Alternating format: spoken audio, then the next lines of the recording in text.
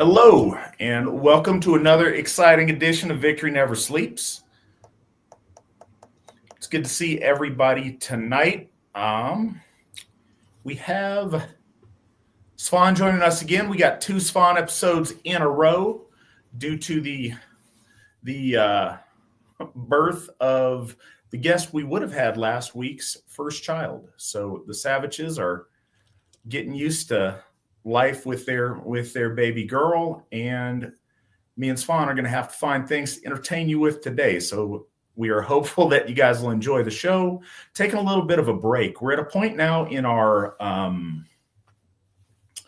lore, our progress through the Eddas that, and the reason that we chose to do the aside of going through the Volsunga saga is that the remaining poems in the Edda are all based around that as the core understanding that people had. They're different lays about different characters and different happenings within that story, so everyone needs to be familiar with it.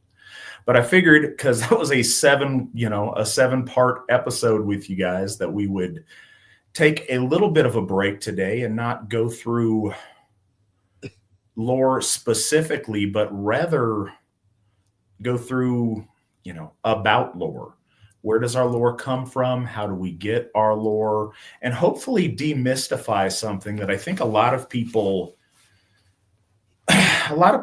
play a game of telephone with. You hear somebody say something once and they say it to somebody else and just kind of take it to be true and repeat stuff. without really doing a full analysis of why we might think that or what we might know. So tonight I'd like to talk a little bit about authority that goes with things, a little bit about the source of how divine information comes to us, and specifically to talk about two men that were very fundamental in us getting the lore that we have to this day. And that's Sæmundr Froði and Snorri Sturluson. I think that most people might be, a lot of the audience might be familiar with Snorri. I think less are familiar with Sæmundr. But again, like I say, both men are instrumental in us having preserved what we have today. Before we get in the heart of the matter, I would like to talk about a couple of things. We are little over 1 week away from Midsummer at Odenshof. We're going to be celebrating the 30th anniversary of the Asatru Folk Assembly. It is going to be spectacular. We're very excited about it. We have, I think, somewhere around 130 people registered so far. So it's going to be a big event. We would love to see everybody there. It's at Odenshof in Brownsville, California. If you can make it, we would love to see you there. I'd love to meet you. And, if I've already met you and haven't seen you in a while, we'd like to get a chance to catch up. So that's going to be June the 27th through the 29th. Like I said, at Odenshof in Brownsville, California. 1 month later, at Sigerheim in Jackson County, Tennessee, we are going to be celebrating Sigurblót, or Victory Bloat. It's going to be going on from July the 25th through the 27th. Looking forward to seeing everybody there. It is an amazing place. It's someplace that is going to be extremely important for the AFA's future. We've got a lot of big plans there, and we'd love to see you guys there. If you can make it there, again, Svan and myself, as well as producer Nick, are going to be on site. And we'd love to make your acquaintance. So if you can get out there, please do. And then 1 month after that, in August, we have Freyfaxi at Baldershof, August the 22nd through the 24th. That is at Baldershof in Murdoch, Minnesota. It's always an amazing event with some fantastic people at a spectacular and beautiful Hof to Lord Balder. Please join us for that one as well. I would love to see you at any or all of these events. So now is the time. Make your plans now. And, I know that increasingly these things happen closer and closer to our membership, but it's still a long haul for some folks. It is worth it. It is always worth it. People that make the effort and show up always attest to how worth it is. So it may seem like a long way, but it's important, and you will be rewarded. I'm confident if you go. I remember one time guys coming from Texas up to Pennsylvania for winter nights. Amazing that they did it, and then it was a whole adventure in their entire life of traveling together and making the trip and then being with everyone. They still talk about it today. Yeah, it's fantastic. Sorry, guys. There's some kind of a software update, and my little camera is too smart for its own good, and I don't know how to turn off the little auto tracking. So it's trying to follow my head around as I move, and it adjusts. So bear with me. I will turn that off just as soon as I figure out how to with the new configuration. With that, also something to keep in mind, this show is very much question driven from the audience. It's very conversational in nature if this is your first time joining us. So we encourage any and all of your questions tonight. We'd like to address certainly all of those. And yeah, that's really going to dictate a lot of the flow of how our conversation goes this evening.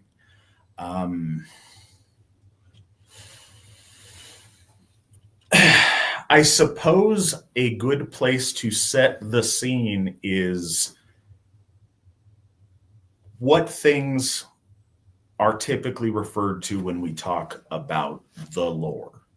I think those of you that might be new to Asatru, you will hear the term, lore very frequently.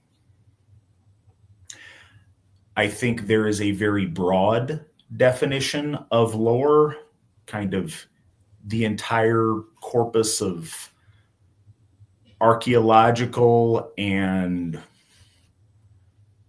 ethnological studies in the ancient world that refer to Germanic peoples. The early things are, a handful of different Greek and Roman accounts. There is an account from Ibn Fadlan, an Arab. That's kind of, I guess, the most diverse account. And then we deal with a lot of Scandinavian material from the Old Norse period. And that's where we get most of what I think people would generally refer to when they talk about the lore. I think you also get, I would include Jourdain's History and Deeds of the Goths and Saxo Grammaticus writing about the history of the Danes.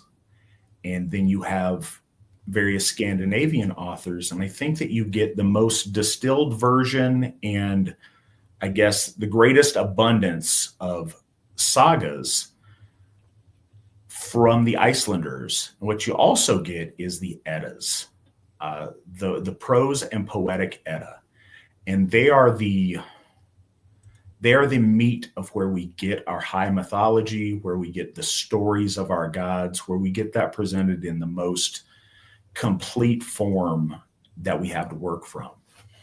And so I think that there is also modern lore. I think there's also modern material by folks that practice Asatru in the last 50 years is very valuable. But when people talk about the lore, the Eddas are usually the biggest thing they talk about, followed by the sagas, and then bits and pieces of, like I mentioned, the different, archaeological and sociological work of scholars, be they ancient or modern. Today, I think a focus that we're going to talk about is the two Eddas and the men that put those together and kind of set the scene for what that world looked like. Svan, could you bring people into the world of late 11th century and 12th century Iceland?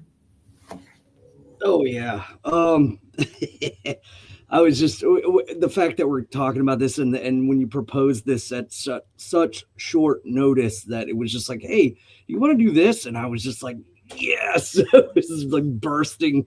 But yeah, no, for as you had said, when you were talking about the continental European lore of the Goths, of the Lombards, of the Rus and all of this, the best way that I've always kind of organized it is pre-Lindisfarne, post-Lindisfarne.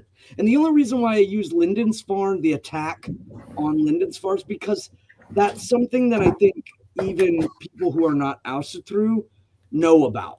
They are aware, of the attack of the Vikings when they first showed up, and the English were making, poems about the Northmen.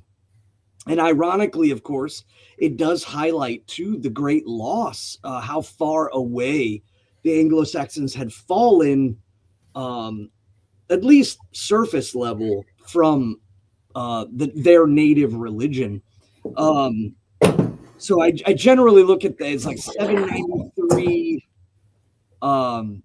before, that's continental. And then you have the Nordic period that carries a lot of that, and that goes past the Nordic period to what you just asked me to explain. In the year 1000, Iceland is Iceland is established. And it's established in a very unique way. Most of the people that went to Iceland went because they were avoiding Harold the Fairhair, who we spoke about in Egil Skallagrimsson saga. So one of the things that they wanted to do was not create a monarchy, but to create a collaborated group under a law. And then the Gothar would memorize the law and guide the people and make sure everyone was following the rules, and there was courts to be held and so on and so forth. One of the big things that was going on, obviously, is that throughout mainland Scandinavia, Christianity was spreading, but that's actually a misnomer. See, it wasn't Christianity. The people that spread Christianity were very much Viking or Northmen warriors. And they saw an opportunity. They saw a future in which they could collaborate and consolidate their power under this new religion. So it wasn't the religion didn't spread. The churches weren't out there converting people. It was warriors that were utilizing this. And they did it quite violently. And so the folks in Iceland saw this, and they decided, okay, instead of us converting by by war and we're going to have a big fight, let's hold a vote. And the vote was that on Sunday you go to the church of the God of Rome or the God of Israel, and then when you're at home, whoever you honor, that's your own business. And that was one of the most diplomatic ways in which Christianity was accepted. And it ironically too was accepted in a non-Christian sense, because the head of Iceland at the time went under the cloak. He in essence performed an act of Sæmundr in order to get the guidance he needed in order to proceed on from here. And what that was the compromise between the two. Now, ultimately, though, propaganda and a lot of things happened in Iceland to where the old faith was, again, demonized. And it really depended on how the church looked at the old religion. And we're going to talk about that today with the Eddas, because the demonization of the gods was not fully ramped up yet. And I would argue not even fully ramped up during the time of Snorri. I think that he was more concerned with the political power of the Norwegian church specifically. But we'll get into that later, or about his prologue. And as some people who've read it, I know there's probably a lot of folks here who have read it, and they know what I'm referring to, but I'm gonna have to try to phrase it too for people that might not have read it. So the transition from the old faith to the new faith was not one of sweeping violence. It was not one of marriage and indebting families and clans and or putting them in debt through war or through marriage. It was done softly, and in doing so, it kept a tradition that was the skaldic poetry of the age of the last, I would even argue, 500 years. And it had changed very little. The concept was, why write things down? You have a storyteller, you have a poet, and then you have your Gothar, who are often both one and the same. And you would gather at the Hof, you would gather at prominent houses for holy tides, and you would hear the stories, and the stories would be passed down to their apprentices. And didn't change a lot. So when Icelanders took to writing things down, it wasn't such a stretch for them. The usage of the Latin alphabet was adopted. And this is one good thing that certainly, and I bring this up a lot, and people get mad at me for saying this, but there are benefits to the coming of Christianity. And I have been vocal about the violence in Scandinavia, and many of our heroes died at the hands of Christians. But I can also look at some of the benefits and the honings, and one of them is that writing came to Scandinavia, and so the stories were being spoken while simultaneously they were being written down, and there were smatterings here and there. So what we have to realize is from the year 1000, it's almost 200 years when Snorri compiles a lot of the stories and then adds his own onto it. And I think a lot of people don't realize that. And to put that into context, it's like us now taking manuscripts from 1775 and compiling them together. And there will perhaps even take a little bit of work to unify them, but you want to keep them as authentic as possible. And then basically it would be like me flexing and saying, I am so well versed in these 1775 manuscripts that I'm going to add this addition, and I'm going to explain to future poets why our ancestors were doing this, why our ancestors were utilizing these things, because Snorri had a great connection to a lot of the lore that is completely lost now to us. But in between the foundation of Iceland and Snorri, we have to talk about Sæmundr Fróði. Sæmundr Fróði is awesome. He is a wizard. He was speculated to study in an ancient medieval school called the Black School, which was a mountainous cave system in the Carpathian Mountains where the devil led the classes, and or that they received their works through holes in the wall, so that they were like living and scholarly writing things down. And then he magically came back to Iceland. I mean, there's a lot to talk about Sæmundr, and a lot of that is again, it's the legend, and that's when we start to see Nordic and I guess medieval magic starting to overlay with each other, because he goes to a school that's supposed to be run by the devil, but then he travels back to Iceland with shape-shifting, and which is, I think, more a Nordic or just a Germanic sense of legend. So you do see a lot of dabbling back and forth. But what really is more important for people to understand is that he formulated the original Codex Regius, or he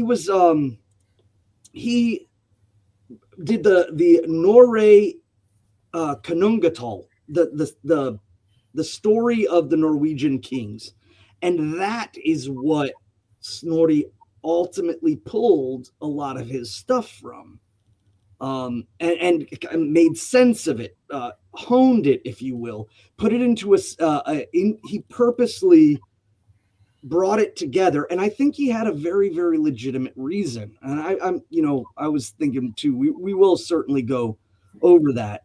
I mean, there was many reasons, but there was a really good reason why he was ramping this up and making sure that Icelandic poetry was about to be brought forth on the world stage, or at least the Scandinavian stage, in authenticity. And so that's kind of the spot between the founding of Iceland and Snorri Sturluson himself, a very enigmatic character, and it depends on who you talk to or who you what their opinions are as to whether or not he was an Icelandic nationalist or whether he was a shill for the Norwegian king. You hear it kind of both, and I'm very neutral on him in relation, because I ultimately believe he was a part in the machinations of the greatest king, Lord Odin.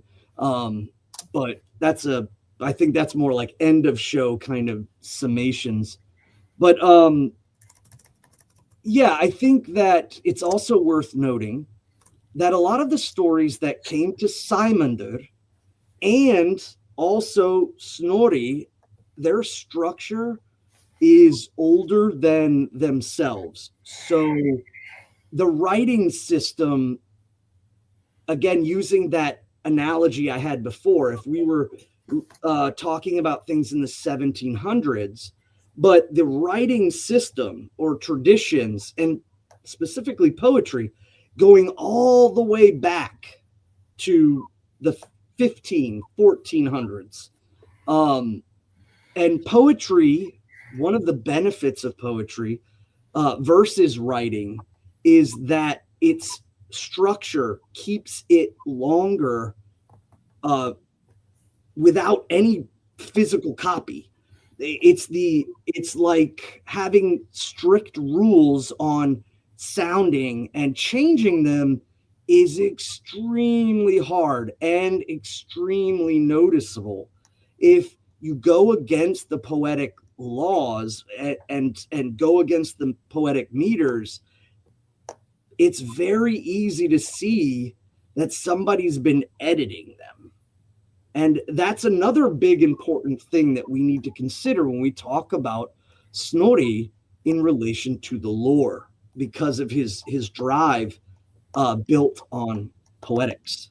But yeah, that's to answer just your question about from the year 1000 to Snorri is the 1200s. It's 250 years or so from the foundation. And again, a lot of the stories that we gain, the way that the words and the poems themselves are constructed, lends to an understanding that a lot of them were probably comprised in 800 or 10 or just before 1000. So 800 to 1000. So that said, so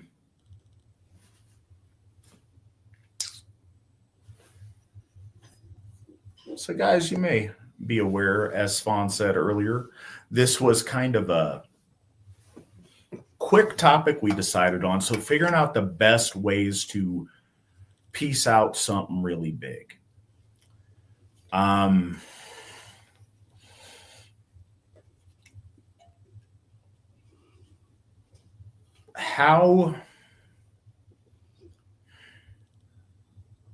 right, this is the background in which we find the written material of the lore that would come to be known as the Eddas.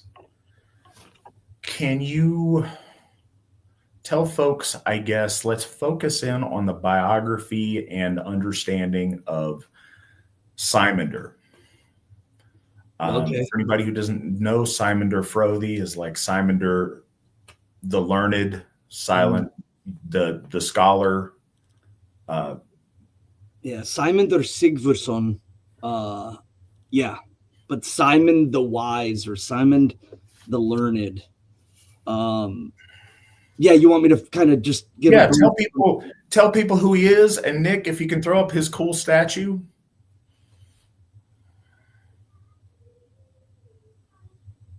So back then in Iceland, there's a statue. Oh wait, I want to see. Everybody, look! I don't know if they can.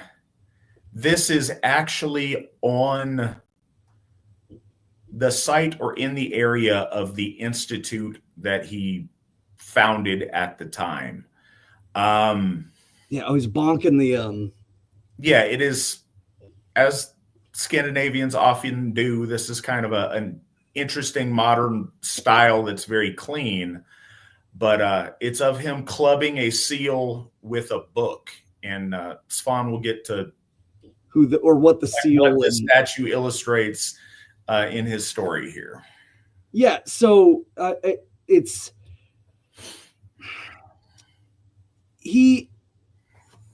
Sæmundr is a scholar in Iceland, and we're going to go back to, I guess, Iceland or Icelanders, especially in the grand stage of things. I know people were there was some internet goobers talking about, they think they're so whatever with their Icelander talking about me, and I'm half Icelandic, but that was kind of a thing even back then when they had the after about 150 years after the conversion or the establishment of Iceland, Icelanders were kind of known for being chronological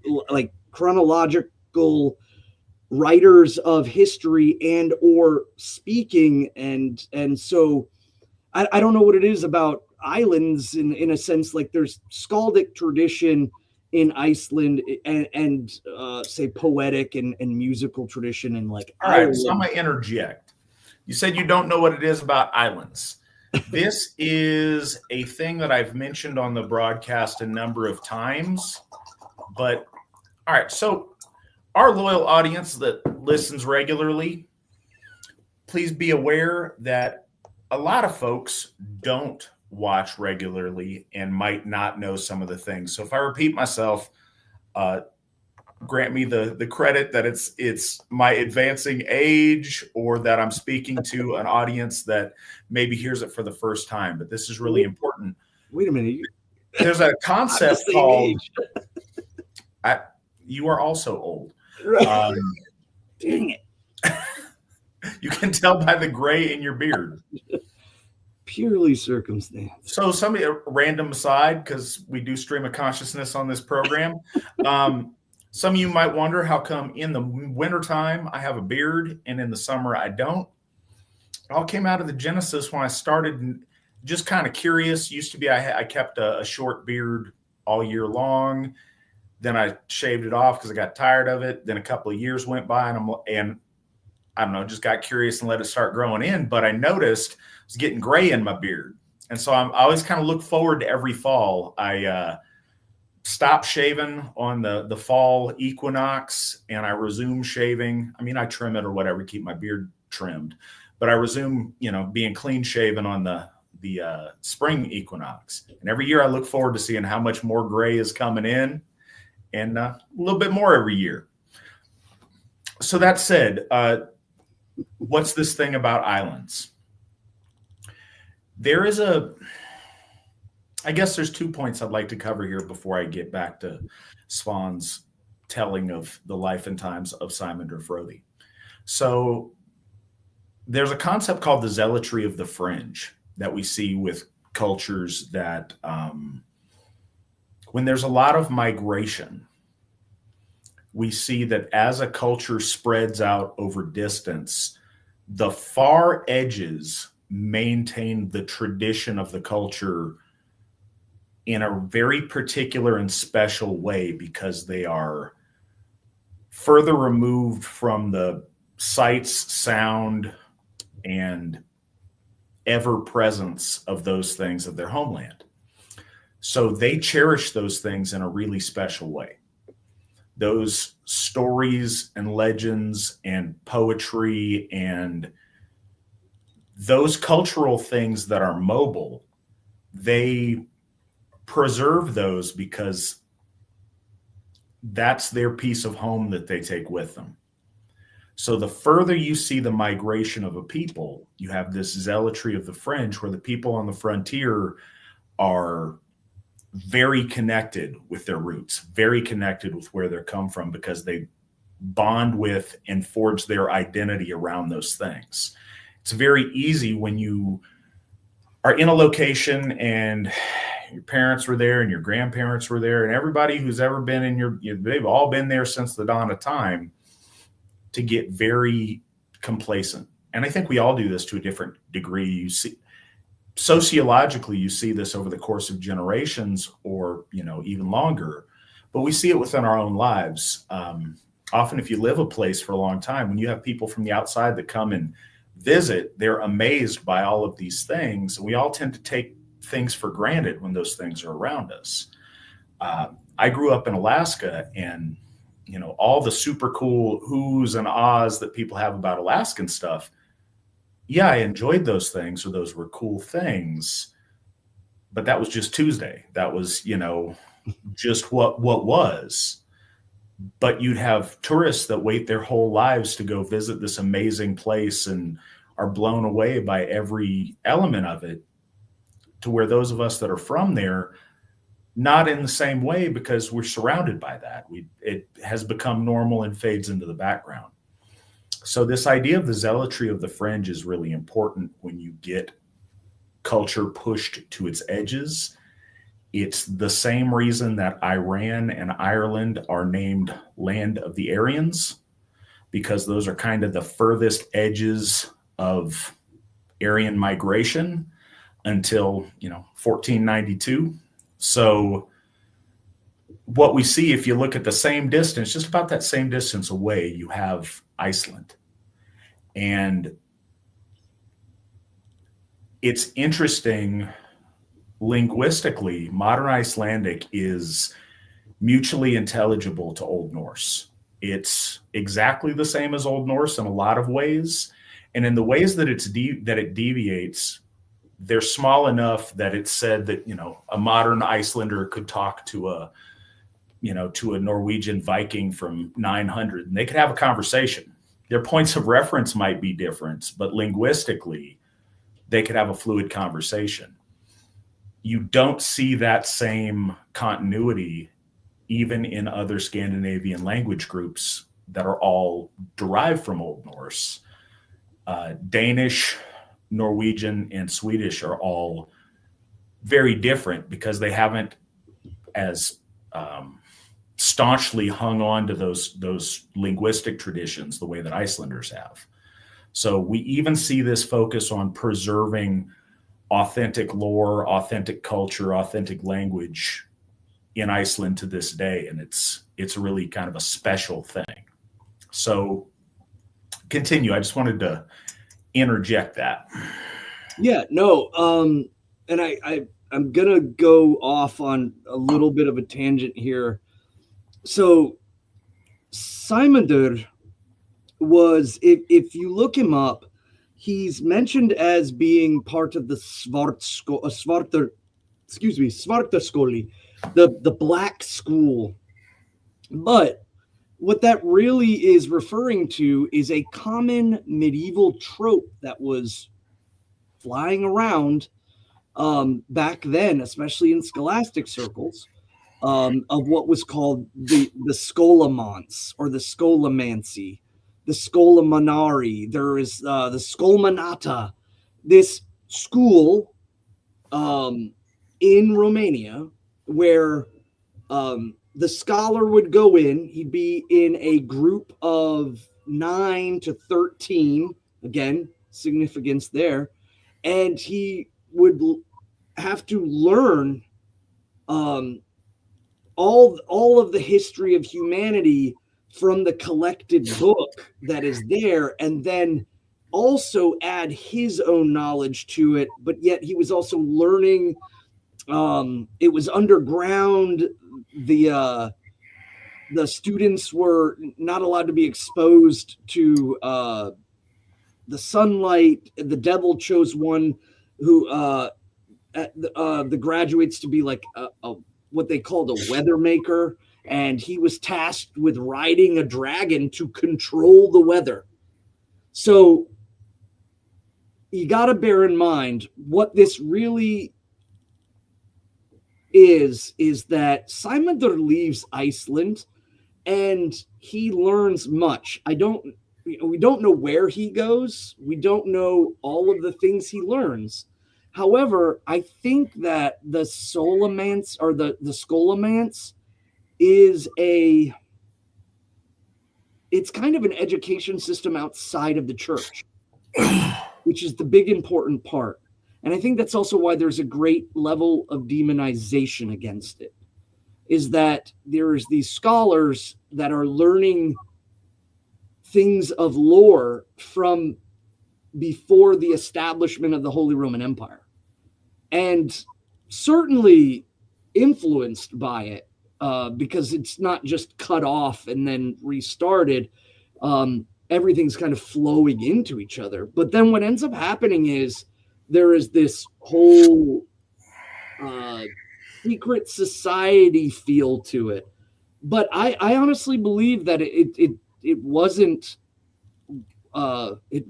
what everyone was trying to make it out to believe. And I do believe that it very much was a learned system, or a group of teachers, people who were sending scholars to each other in order to write things down, but they were distinctly outside of the church's control. And in doing so, that created a lot. But the reason why I brought up about Ireland is, again, I think many of us are familiar with the trope that comes from Ireland of the musician or the poet who meets at the crossroads and meets the devil, and either generally he tricks the devil out of getting his soul. And that's no different with Sæmundr.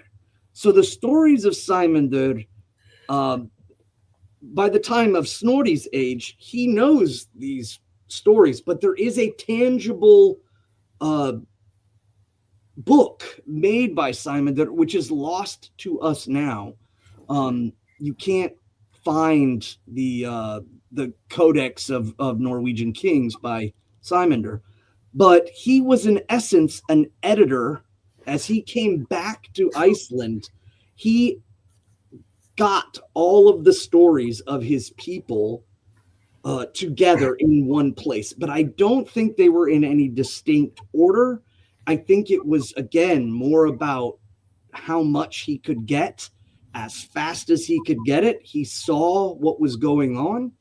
And so he gathered everything up and created the Eddas in a proto form. And then Snorri comes in later, and I think he links and shaves some things to be more streamlined for the poet, and then he adds on a guide to poetry.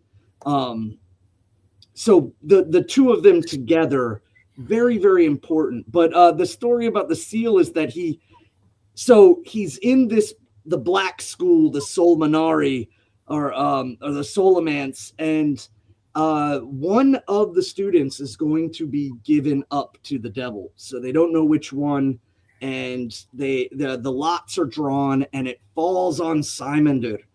But Sæmundr tricks the devil numerous times. There's one story where he tricks him about tying a mutton chop to the inside of his cloak, and the devil grabs him and grabs the mutton chop instead of his leg so he can escape. There's all kinds of little stories like that. And then, of course, too, there is the story of him leaving, and he says that he wants to return to Iceland. He wants to go back to the land of his people. And the school says, no, you're allowed to come in, but you're all going to lose your souls, but one of you is going to lose your life. And he convinces the devil to he wants to return without getting wet, is kind of how it's said. He makes that he wants to be carried home to Iceland, he escapes him at the end at their arrival when he hits the seal on the head with the Bible, and steps safely ashore. So he tricks the devil and kind of gives, old Nick the jabbing. What it is he rides the seal. He can't. It says he wants to without touching water. And when he gets to the end, he hits the devil in the head with the Bible. Now, I thought of a couple things about this. One, it kind of, I think, for the folk who are they're just coming out of the old faith. There's the new, this new faith is coming in.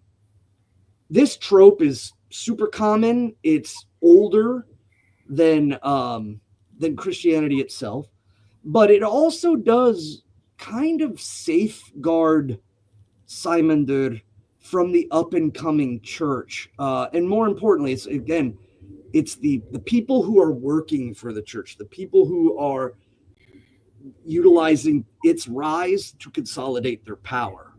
And I'm not saying that they're absolved of anything, surely not.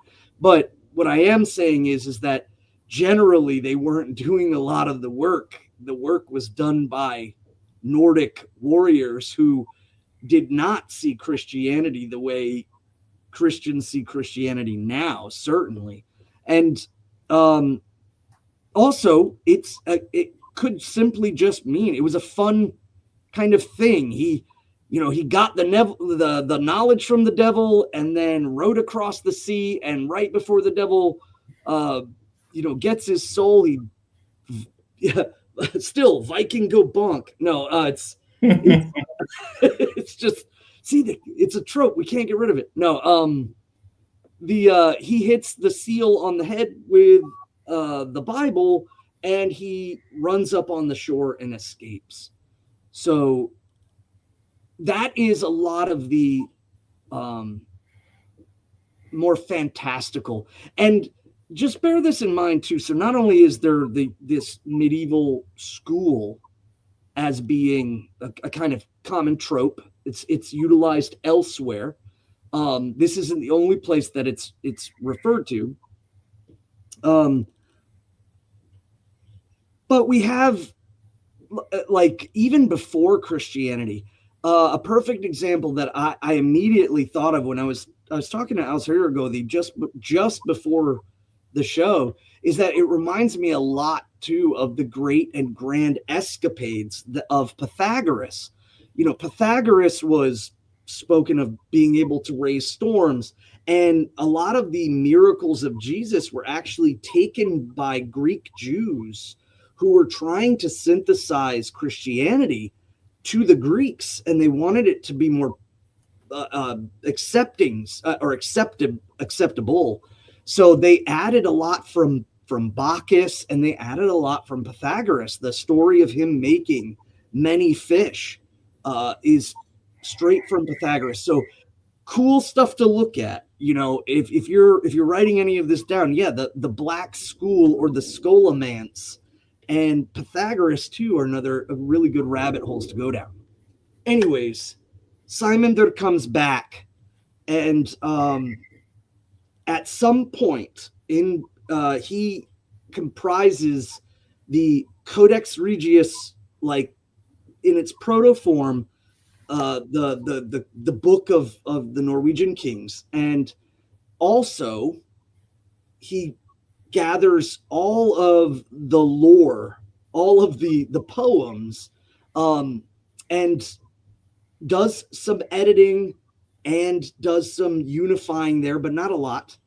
And then he slips from history.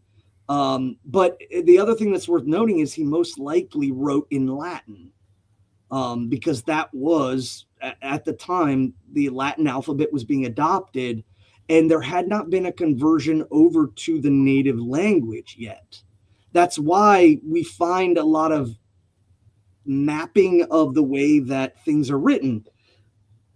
The preferences of certain Latin letters to describe sounds in Icelandic can be visually dated, where they fall out of usage after a certain point in time. So this gives us almost kind of a layering effect when we look at some of these stories. So when we see these the stories again being written down, it shows that a lot of them go farther back. They go into the 800s, 900s, 10, or just before the 1000s, and even probably during the 1000s. So that's the first part of our journey into lore and an understanding of where it comes from and how it kind of funnels through the wizard, the wise man, the scholar, Sæmundr. But those works are lost, and then what ends up happening is that Snorri takes those works and recompiles them, puts them together, and I think there was a reason why he was editing, and it's not for a lot of the reasons that people think it is. I think a lot of people really want it to be about the church. And I think certainly the church has a huge effect on the mainland of Scandinavia. I think that the church has a huge effect on place names and areas and getting rid of hofs, changing their names. But in Iceland, that was not such a prevalent motivation because Iceland was softly turned over to Christianity. I think that his main reason for editing was a market, and that we'll go into Snorri, I guess, in a little bit, but that's just kind of Sæmundr and the story of him. There's a lot more too. I did not. I gave the footnotes version. So I think at this point it is important to. I'm sorry, guys. During this, I've been trying to run down a quote for you guys so that I'm still authentic. No, but I found it. The trouble is, translated, it comes out differently in different people's translation, but I found where it comes from. So you want me to go kind of into Snorri? We will in just a second. I just kind of want to talk briefly about what the point is of what like the motivations and the purpose behind Sæmundr's scholarship and what he's doing. It is really important to keep in mind his efforts weren't to synchronize, they weren't to syncretize, I think is the right usage of it in this case. His points weren't to like somehow reconcile the Asatru religion to Christianity. His point wasn't to, some kind of bridge a gap or whatever. Asatru was bad and of the devil, and Christianity is good, but he wanted to preserve the stories of his people. He wanted to preserve the histories of his people. And his entire point was to preserve it and have preservation. Not to alter it to like make it okay or to like massage it to fit what's acceptable. The massaging to fit is this stuff's bad. Don't believe this pagan stuff, but this is cool. And this gives rise to our kennings and our vernacular that we have currently. And this is why. So these are the stories that our ancestors, these are those, heretical devil stories that our ancestors told. And at this point, he's about 100 years. I mean, he's about 100 years removed from when the official religion of Iceland was Ásatrú. So he's looking at his great-grandfather's time when this was the belief of the land. And so just like I talked about the zealotry of the fringe, something happens to where when you're surrounded by certain things, okay, as a side note, when I grew up in the 80s and the 90s, there are so many pictures of that time because we all had cameras and you took pictures and you got them developed and you had stacks of these pictures. A lot of people don't have good pictures of things that happened from like 2005 until now because we take endless pictures on our phones, but we very seldom print out pictures. They have to be really special or we're doing a project or whatever. So we save all our stuff electronically and we don't like keep it away in a box somewhere. Those things get lost and disappear. Well, when your culture is used to expressing itself verbally and through storytelling, and you're surrounded by these things that you take for granted, it's really easy for that information to disappear when it's no longer fashionable, because when it's everywhere, so often people don't think to write it down. One thing that did come into European consciousness with the movement of the Catholic Church was like transcribing and writing and collating and putting things together. Catholic Church, with their transcription and record keeping, built on a very advanced administrative system of the Roman Empire. And they learned through that context about keeping records and writing things down and translating and saving all of this knowledge. So in this kind of early days where there is a priest and a man of learning and of education that goes to the continent and learns that, you know, the information on exactly where he learned is kind of sketchy.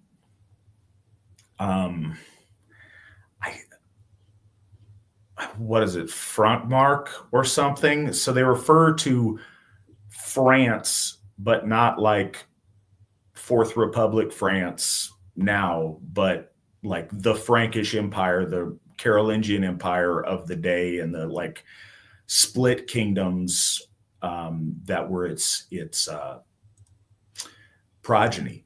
So somewhere in the continent, in Germany and France, he studies at these courts where they have a lot of written tradition and written material. And he realizes that his countrymen don't have that same access to stuff. So, you know, when he dismounts off the seal and cracks it in the head with the Bible and gets back on land and is at home, he turns his parish and his property at Adi into a repository for all of the collected knowledge that he can get of his ancestors and their stories. Icelanders are fundamentally, you know, Norwegians that left Norway. So included in that is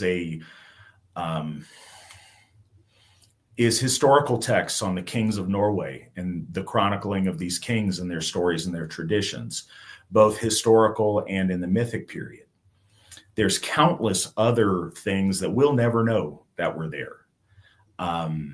And that's another point that I want to make. So he went around at a time that was, like I said, 100 years removed from the official conversion of Iceland to Christianity. The contacts between other Norwegians, Swedes, Danes, and Icelanders that still practiced Asatru, there's probably still quite a bit of that going around, or, well, my parents used to do this, or my grandparents used to do this. All of their great-grandparents did this. And so you have access to all of these stories and all of this collected information. And he rounded up as much of that as he could and stored it there in this library to teach his countrymen and to teach those of his family that came after him. So they have this. And so Iceland they have their stuff recorded. And this is a really cool thing that he decided to do, and something that we're very, 1,000 years later, we cherish the fact that he did this. And it's also interesting for our purposes to look at, in the medieval period, there wasn't a lot of choice in religiosity. We like to, there's a word for this, and I came across it recently, and I can't recall what it was called. Anybody in the chat room that knows what the word is, let me know.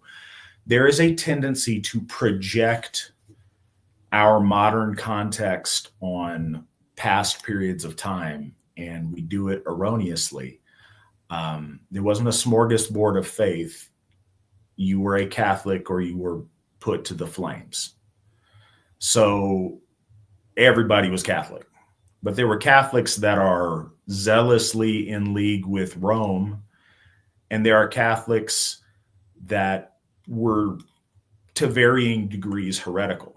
I think it's interesting that we hear of Sæmundr. He was, very well respected, but we get all these stories about him, kind of being in league with the devil. Not really, like he clubs him in the head with the Bible, but he learns a lot of stuff from the devil. And I think that speaks to his collection of Asatru stuff and his knowledge and studying in Asatru. Presentism, there's the word. Whoever got that, if that was you, Nick, thank you. If it was somebody else, appreciate that. That's my job. Well done, Nick. So that happened. And he collected all of this stuff, and his parish, his farm became the go-to spot to reference these things, to study these things, and to learn the Icelandic and preserved Old Norse material and tradition. And I think his motivations about that are really important. If he was a good Catholic and he was some kind of, zealous inquisitor, no, you get all that stuff and you burn it. And you want to consign the memory of it to the flames, because all of that stuff is the devil. The only stuff you should have is approved literature by the Holy See, which, it's funny, I wonder when the tale of the Bible came around, because at this time, I don't think he would have access to a Bible. Right. Because even having access and reading the Bible was highly sus, as the kids would say. So got to keep it fresh for the youth. Keep loading it up. But at the same time, something you just said too, is that and I had referenced earlier, is that the outlook, I honestly believe that the whole burning of the heretical was something that was developed more in the late Middle Ages, and that there were tendencies all over to write down, because one of the people who was also influenced by Sæmundr was a Benedictine monk who lived in Iceland, and his name was Oddr, O-D-D-R, Oddr Snorrisson, and he wrote down much of Sæmundr's accounts of Olaf Tryggvason and the conversion of Norway, and he was in the church. He wasn't a so was Sæmundr. He was a priest, and I think you find some different stuff. So I want to get to that, but I have been remiss. You saw at the beginning of the show, I was playing with my camera and I was trying to track down this quote. And according to my wife, we have a leak under our sink that just started as I sat down to try to do the program. Variety of things. So I was late in doing this, but G.W. Farnsworth was not. He started out our program once again, as he always does, with generous donation. He donated $30 to the VNS and $20 to our folk services. Thank you so much. We appreciate you. We deeply appreciate it, and we appreciate the consistency of it. Thank you. Also, not too long ago, 10 minutes ago or so, Austin in Wisconsin donated $25 to okay, so I should mention, all right, getting ahead of myself. Donated $25 to our Freeshof War Chest, donated $25 to Baldershof Steeple, and $25 to our general fund. Thank you very much, Austin. We appreciate that a lot. I should mention this. You guys heard me on here fundraising to get Nordhoff paid off, which we were able to do. And again, victory never sleeps. So the second we paid off Nordhoff, we begin building the war chest to put a down payment on Freeshof. As it stands now, plus 25.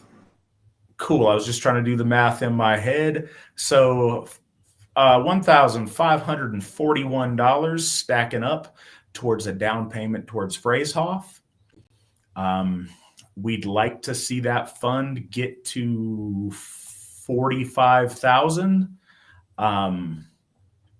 We are currently looking. Witan Erickson and his wife Githya Katie Erickson are scouting properties. So we're diligently at work behind the scenes, getting things in place to make that happen. But just letting you guys know where we're at. Anybody who wants to donate, runestone.org/donate will get you the link to get there.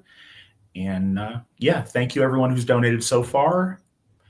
You don't get what you don't ask for, so I come on here with my hand out a lot.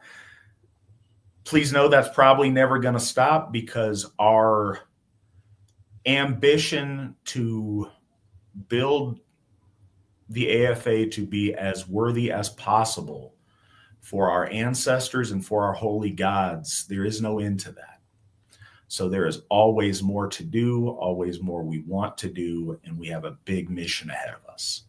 But we are well on our way, and we're able to do it because y'all's generosity and participation. So thank you guys for that. So another thing I was going to say before I'm kind of getting to this here. So the Poetic Edda is a collection of these things that are put together, organized, collected for us by Sæmundr and his associates at this institute at Adi. And I think I'm pronouncing Adi right. I'm not sure. Those of you who may not know, I am trying really hard to learn Old Norse through the lens of learning Icelandic.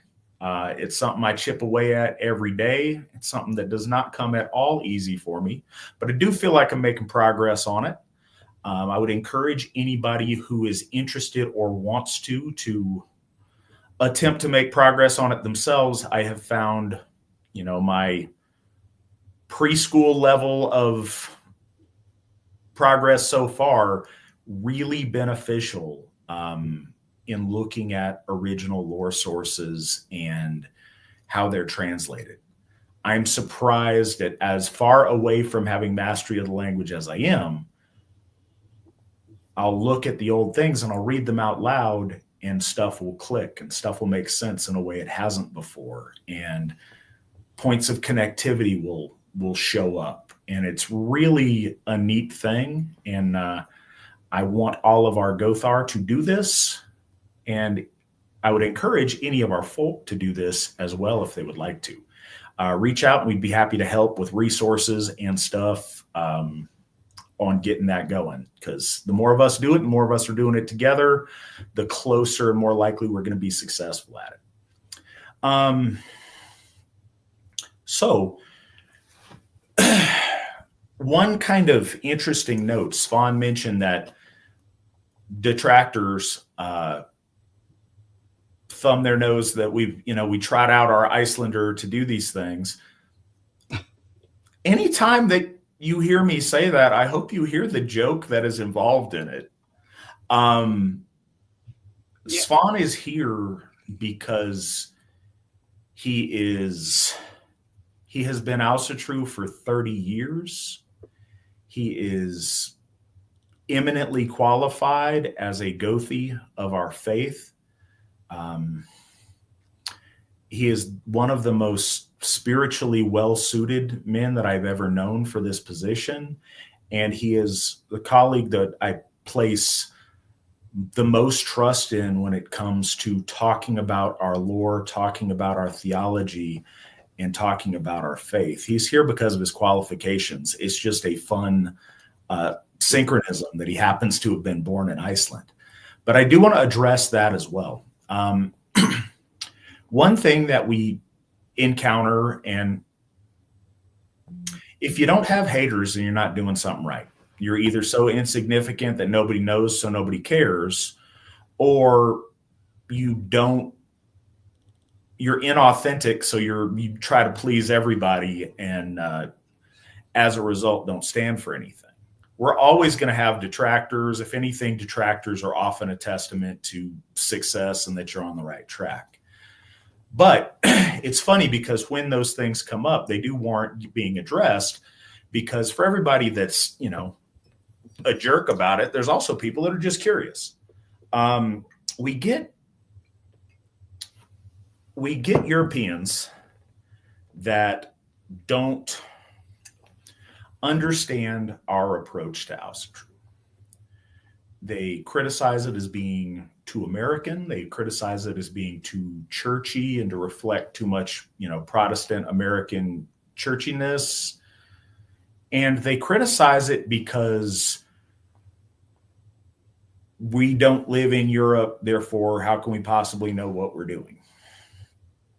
And I don't usually find that from educated sources. I find that from randos that don't know the lore, that don't know any of Asatru things. Wait, that's Scandinavian stuff. You guys are in America. Yeah, why are you LARPing? Yeah, and it's silly. So there's a couple of things that need to inform us in this process. Part of what we're doing tonight is examining how information comes to us, why we trust it or why we don't, and what some of those implications are. And it's a big topic and we have a lot to discuss, but when the boat leaves Norway, the people don't magically become some different race of people that's unconnected.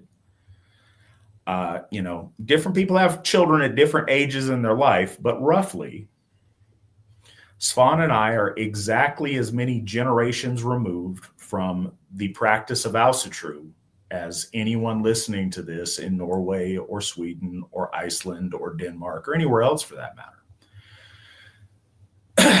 As white men, we have the same heritage as our currently residing in Europe racial counterparts. Our ancestors go back to a shared faith and a shared tradition that goes back to the dawn of our race. Again, when the first, white people happened on the shores of Norway, they didn't stop having relation with their ancestors that migrated throughout the continent and throughout the steppe. Our people have migrated. One stop along the way was Norway. A further stop along the way was England and was Iceland. And a yet further stop along the way was the United States of America. But we are one race of people that goes back to our most distant ancestor. When I say we, I mean white people. So the claim is kind of silly. If anything, the claim could be leveled like, why aren't they leading the field in Asatru and the practice of our ancestral faith? They're surrounded by ancient holy sites. They're immersed in the landscape that our ancestors wrote about, yet they didn't take up the charge to do this in the same way. Now, some of them did. A handful of Icelanders did at the same time, but not knowing one another, as the founders of the Allsherjargoði Folk Assembly did in the United States in the 1960s. And it's interesting that that happened at the same time, separated by so much space, I think it's more than interesting. I think it's divine will taking form. And that's what we see with a lot of these things. So when we're examining this, we need to utilize our good common sense and our logic and our understanding of the continuity of things. When you cross a border, things don't reset, they continue. When you travel over distance, or when your group of people decides to adjust their language or their spelling, you're not starting fresh, you're continuing something on into the future. And we also need to be informed by logic. We need to trace these things back logically. We also need to be informed by faith. This isn't, and again, different people watching this program may approach it from a different angle, but this is produced by the Allsherjargoði Folk Assembly. Svan and I are Gothar, or priests. So we believe that these gods are very real. They are with us. They are the same gods that were with our Viking ancestors. They are the same gods that shaped our folk and have been with us, since Hyperborea. And they're the same gods that will be there for our children and our great-grandchildren. We also believe that they communicate to us in different ways at different times, and that they weave or shape destiny in a way to help things that they approve of come about. And so looking at our transmission of lore with logic, but also with the eye of faith and of, belief is really important as well. That said, can you take us from Sæmundr to Snorri? Okay, so the missing link is exactly what Allsherjargoði said is Adi or Otti. Otti is a church, or again, it's a church, a town, and more importantly, it's a center in which historical and poetic traditions pass down. So it was founded by Sæmundr. And then his grandson, there were other notable historical scholars that went to this church to learn, and one of them is, of course, Snorri Sturluson. And he was educated there, and that's where we kind of make that connection. There's the jump. Even though there was maybe one generation in between Sæmundr and Snorri, but this is, again, not something that was just given to anyone. So he had a great aptitude and a drive. So he was very much dedicated to preserving the pure poetics of his people. So I think that when we shift into Snorri, it's worth noting that he comes from a prominent family, and a lot of times you'll hear people talk about him being a politician.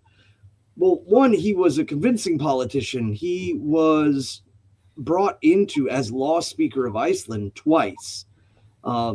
He was voted in, and he was very well known. On top of that, say on the other side, is that he had many children. He had many children from different women at the time. So that's an interesting point from a religious perspective. When people claim that he's, he added all this religious stuff in, or that he was hyper religious. But in Iceland, one, Christianity never fully just locked in on it, and the old faith had to be slowly eroded away. The other point was that they're on an island. there is a lot of marriage, divorce. It becomes very, very, very dramatic when it comes to clans and love and war and fighting, and that doesn't change after Christianity at all, because again, that soft turnover. So some people have leveled that he was promiscuous and that somehow lent to his character, but I argue that that actually wasn't breaking some of the norm, especially after they left Norway. So he ended up becoming friends with King Håkon, who at the time was a teenager, and he was advising him, teaching him, showing him some of the old things. Having an Icelander in your court to teach you about the old kings in particular. He was able to recite the stories of the kings. He was able to show you lineage and to tell you the grandiose stories of the kings before you. That was huge. And in doing so, he made this friendship with the King of Norway. And I think he was trying to protect his people as well. There was a general understanding that the Kingdom of Norway was looking to expand its borders, was looking to take in more places, including Iceland, and he was trying to avoid bloodshed. And bear in mind, this is only 200 years after the Viking Age, if you will, and the Icelanders still have fight in them, and unfortunately, he's trying, I think, to avoid a fight, and he ends up creating one. And again, that's just the tragic nature of a lot of these stories. But his political nature is that he's trying to get the King of Norway to not attack Iceland, but that he would go there and then he would unite Iceland and agree to go under Norway's crown, and he would be the vassal for the king. Pretty straightforward, but without the king having to go over there and do any war. Well, it ended up causing a civil war because not everyone agreed at all with Snorri, and a lot of them did not want to join under the crown of Norway. And it was split all over the place. Some of Snorri's sons were against him. Some of his sons were with him.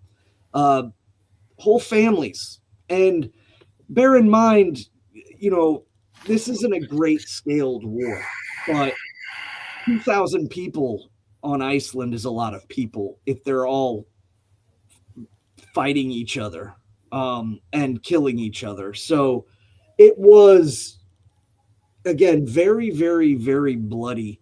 And then the irony of that, of course, too, is that later on, the King of Norway, as Snorri starts to talk to, dang it, I forgot his name. I will get it in a moment. Snorri ends up talking to him, and King Håkon, who is now an adult, he's no longer a teenager, he sees that as a huge stab in the back, and he ends up sending assassins to dispatch of Snorri in his home in Iceland. So there's a lot of that as well, but I think that's almost kind of side running to the fact that Sæmundr sets up this school, and Snorri Sturluson is one of the students there. And I think that adds to his acumen as not only is he a statesman and a politician and a well-spoken keeper of the law, is that he's well-versed and wants to keep the traditions of or not only just keep the traditions. This is what I was talking about or hinting about earlier. I think that ultimately he saw something that was going to bring Icelanders and Icelandic poetry into a highly valuable market. And that was one of his main reasons why he wanted Iceland to join the Norwegian crown. The idea of an Icelander kind of keeping chronological history of your deeds, or knowing the history of the Danes, knowing the history of the Norwegians, knowing the history of the Swedes, all of that was time capsuled in them. So they were already popular. So Snorri, I think, was thinking that if the Icelandic people were brought into the crown of Norway, there would be courts in which Icelandic poets would be absorbed into immediately. And that's what was his main motivation, outside of obviously the authenticity. I think that's why he kept the authenticity, but his leaning towards making the prose Eddas and why he's teaching poets how to speak is kind of like, hey, we're going to be needed here, and you can make a life again with poetics and make a good reputation for yourself, just like in days of yore. But you got to know your stuff. Otherwise, people are going to know you're faking it. And so I think that was the big move that ultimately led to the recompilation of the prose Eddas and also the poetic Eddas. So for those who don't know, the prose Eddas are the collection of stories, historical, also about the holy divine gods that he, again, is pulling from Sæmundr. Sæmundr had gathered them all. He starts to connect them and link them in order to have more consistency. It's important to note that Snorri was raised surrounded by all of this stuff. He was raised at Audi by Sæmundr's grandson. And just as kind of folks tracking this so everybody knows, and Nick, if you could throw up the statue of Snorri, that would be cool. You know, Sæmundr was born 1056, passed away 1033. So Snorri, on the other hand, was born in 1179 and passed away in 1241. That math doesn't check out. You said born 1066, died 1033. Was it died? Oh, I lied. Yeah, died 1133. I apologize. Gotcha. Okay. All right. 1179 was when Snorri was born, and he passed away or he was killed by assassins in 1241. But in the meantime, he was through mishandling of things by his parents and some other stuff, he ended up being raised by Sæmundr's grandson. And pulling up too many things here. I'm trying to figure out Jon's last name. Just a second. Oh, it's Loftsson. Yeah, there we go. L-O-F-T. Jon Loftsson, who was presiding and maintaining all of the materials that were collected and codified by Sæmundr, and I assume we're still coming in and collected. But there's a wealth of things there, not just what we have as the poetic Edda these days, but countless other pieces that are quoted. So first, countless other pieces that existed, but other little things that were tantalizingly know about through their quotations and use in other works that don't exist anymore and that we don't have access to currently. So it's important to know that Snorri had access to all of the things that we have access to as far as Old Norse literature is concerned. But he also had access to a lot of materials, an incalculable amount of material that we don't have access to any longer. So when reading Snorri's Edda, there's going to be things that are very familiar because you recognize them from the Poetic Edda. But there's also a lot of knowledge that Snorri has that he's able to provide that's from other sources and additional materials collected there, which is really interesting. I was just going to say, remember Sæmundr writes in Latin, and this is for the folks at home.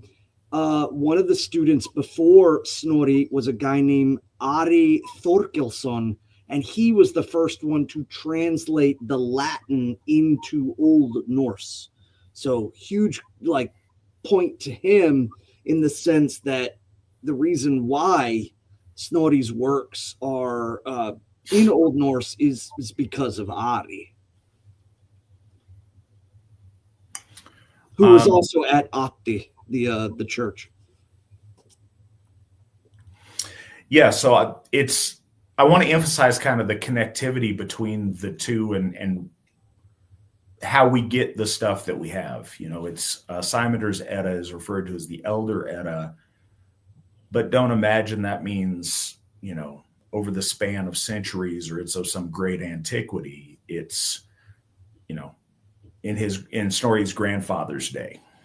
So it's, older by several decades, not by hundreds of years. Another thing I wanted to kind of point out, and I don't think this gets emphasized enough, one of the reasons I bring it up is, I was talking to Svan before the broadcast today. There's this trope out there that, we rely too heavily on the Eddas, and they've been Christianized and they're written down by Christians and, altered and messed up because Snorri was a Christian, so he wrote Christian stuff in there. But without a lot of thought to what? Okay, what things do you think that he wrote that were Christian, and why do you think he put Christian things in there? And I think there's a couple of points that I want to make about that. First one is, when you read his prologue to his Edda, which is off-putting to all of us who read it, but he makes the point of euhemerizing the gods and, all right, guys, don't get it twisted. Here's what happened, and Adam and Eve and Noah and stuff. And then eventually there was these really great and powerful kings and magicians and heroes in Troy. And then they traveled across the world, and eventually they wound up in Scandinavia.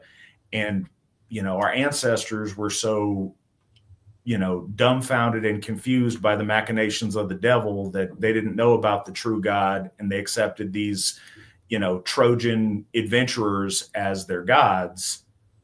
Anyways, this is what they believed. But I think that's really important, though. That wasn't woven into the story, because that's you find that right before the poem "The Gylfaginning," which is very important to how the Asatru Folk Assembly approach Ásatrú.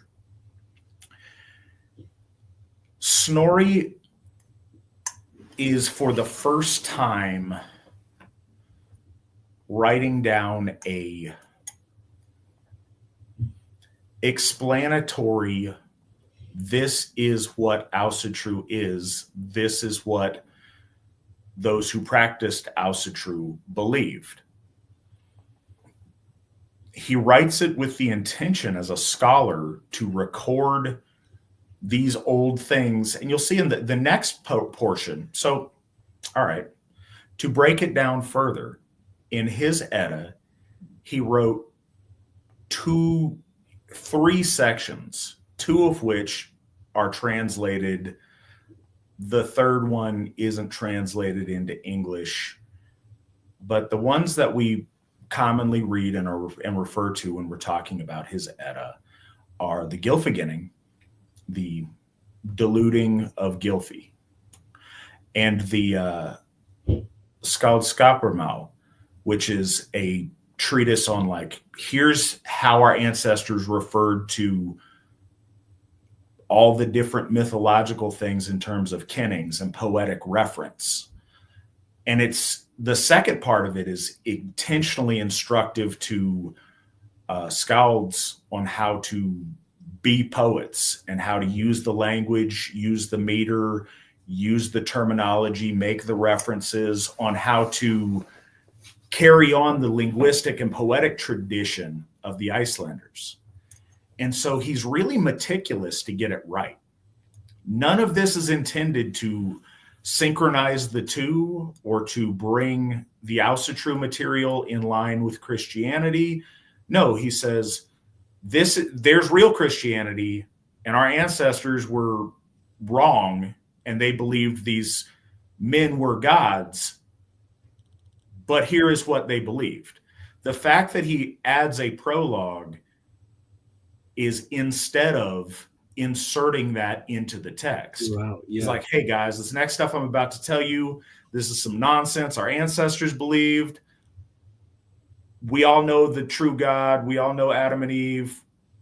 We was Jews, but this is what our ancestors believed. And then he presents it. And something that, and I had to round up where it was. That's one of the reasons that I was less present with you guys at the beginning of the broadcast than I wanted to be. Apologize for that. So what I was going to say is, I got to pull it back up because it was quotation and I want to get it right. In the Skaldskaparmál, he writes this. And this is advice that he is giving, again, because this poem is all about, hey, young skalds who are studying this, listen up. This is how you do this right. This is informative. I'm teaching you something. He says, but now one thing must be said to young skalds. Actually, let me find something a little bit clearer here.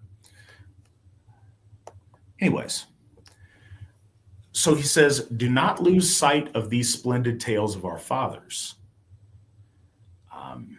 But remember always that these old legends are to be used to point a moral or to adorn a tale, and not to be believed or to be altered without the authority of the ancient skalds who knew them.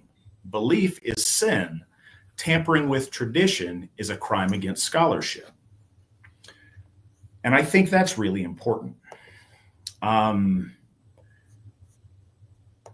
It shows that he has a commitment to getting it right and not adding things and not altering the material that's come to him. And he's telling the skalds, who will undoubtedly be inspired by the beauty of their ancestral faith. Now, keep in mind, guys, don't get carried away. This is the devil's work here. Don't buy into it.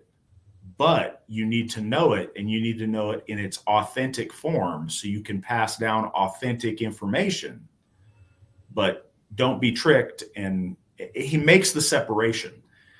If he tried to merge the two, if he tried to rationalize the one to the other, if his point was to try to convert the heathen to Christianity, then I might look at the material very differently. But it's made very clear that he's trying to be a diligent scholar in maintaining and recording this material, fully acknowledging that this is not the word of God. This is, false belief, but this is what our ancestors believed. And that's important to note, that Sæmundr, Snorri, and the entire school at Audi was about collecting and preserving, importantly, preserving authentic lore of our ancestors. These weren't, it wasn't a mission for conversion or for disinformation or propaganda. It was to preserve these old, devil heathen materials so that they were preserved and could be learned from, and that they could make these references and continue this ancient school of poetry in the present and into the future. In a way, not intentionally so we can do this, but they're doing this at this time is the reason that we have the materials that we have today, undoubtedly in the form that they have, but certainly in the depth and the richness that we have. And I think that we are very fortunate that we know what we do about the sourcing of this material, that we have so much of it recorded, that we have it recorded, much of it in a couple of different places to reference and see that they match up and that they work well together. It's not to say that it's perfect. It's not. And there's errors here and there, and you find them. What's important to note is we find errors, part of the, learning the Old Norse a little bit. We find errors in translation of, scholars from the early 1900s that translated it. And again, they're scholars. These aren't translated by monks or priests at that point. They're, loosely Christian, perhaps atheistic scholars that are just trying to record these things. And the translation will be, slightly askew to give a slightly different meaning.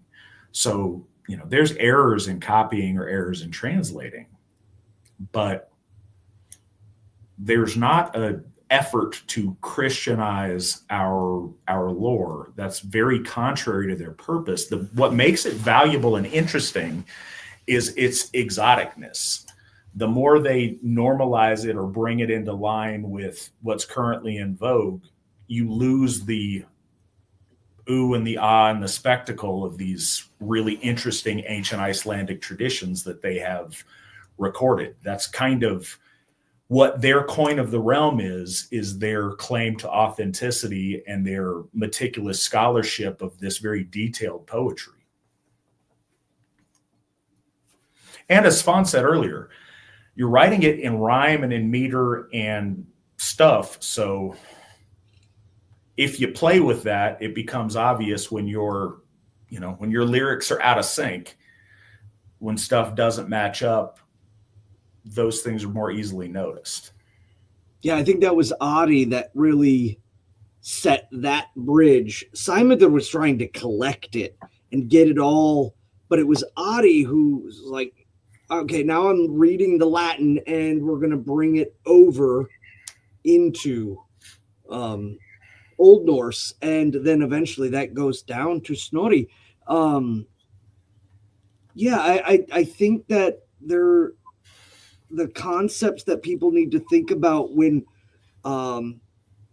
we talk about the lore is that there are certain tropes that Snorri clearly does, whether they were done before him by others. And so maybe, but the prologue is a concept called translatio imperii, in which medieval chroniclers wanted to establish their kingdoms as having an unbroken tradition all the way back to before Rome. So in this case, Snorri writes the prologue about the Æsir, and he uses really, they're not true, etymological connections. He says, oh, the Æsir are from Asia, and there is no etymological connection to, or the origins of those words are not the same. He tries to say that Hector is Thor, and that Sif is Sybil. But this happened throughout a lot of medieval text, the Welsh, the Irish, the French. So I know I said Welsh and Irish, and I know some people were probably like, well, they're on the other sides of the wall to like the Anglosphere, but no, the French did it too. There was a lot of people, and the idea of it really was not about, it was about national identity. The idea was to make and to foster a national identity amongst your people again, was to have this correlation. And the correlation of like Troia Nova, the new Troy, was a popular trope. So he put that in the prologue, and it wasn't any different. But instead of applying it to a people or to the foundations of these kings, other than perhaps, again, through lineage, the idea was upon the gods themselves. And after that, he moves on, and he does bring the stories forward. And I think that really the only things we have to super look at when we look at the stories is, when are they euhemerizing the divine? That I think is something, when we see Snorri or any of the scholars before them not quite knowing of the divinity or defaulting to humanization. That's what euhemerization means. And so you see, one of the things I think is a stark difference is when you see Sæmundr and Snorri and the information they present. It's also worth noting, Snorri wrote the Heimskringla, and also there is a common belief that he also wrote Egil's Saga. When you compare what they wrote as far as lore goes, I'm using the air quotes, sorry, we got the narrow screen, and compare that with Saxo Grammaticus, who is overtly a Christian, and he is trying to write a history that is cohesive with the sincere belief that our gods, aren't real, and that's nonsense, but we have to connect all of these pieces. So he blatantly euhemerizes and tries to make all of the pieces fit throughout the entirety of his work.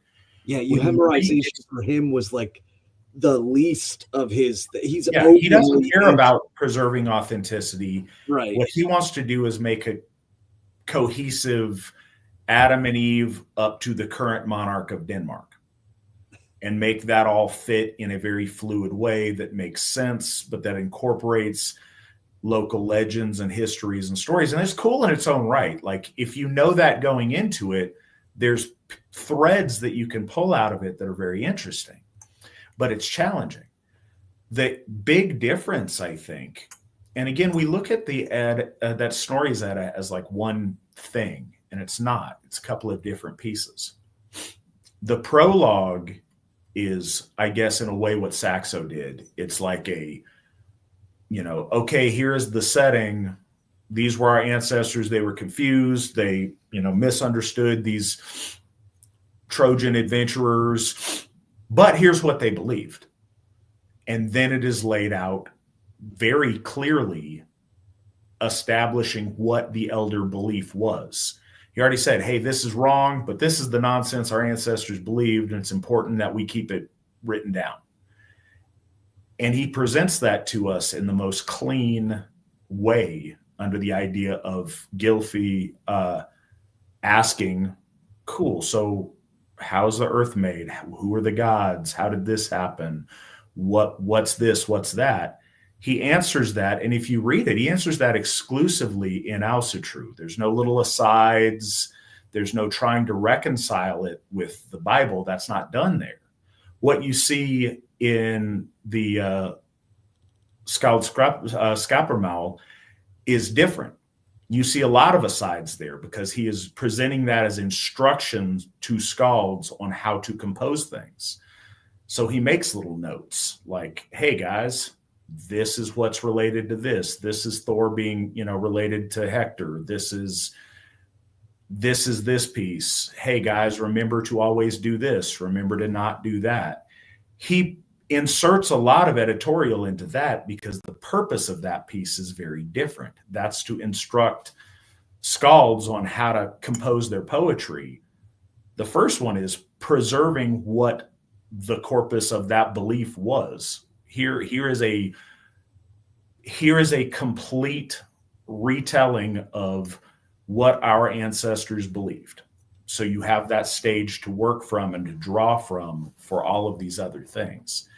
And that was done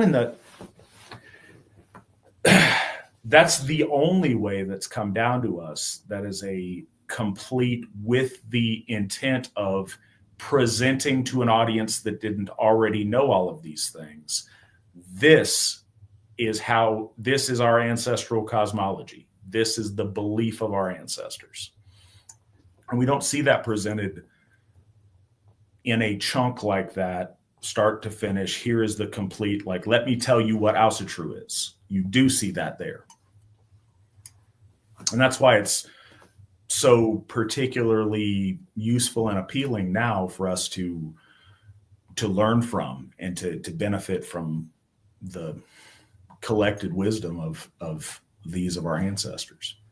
Well, and there's another part that people don't, because again, I'm trying to point out that it's very easy to say, this is Christian stuff, but they're never actually looking at viable things.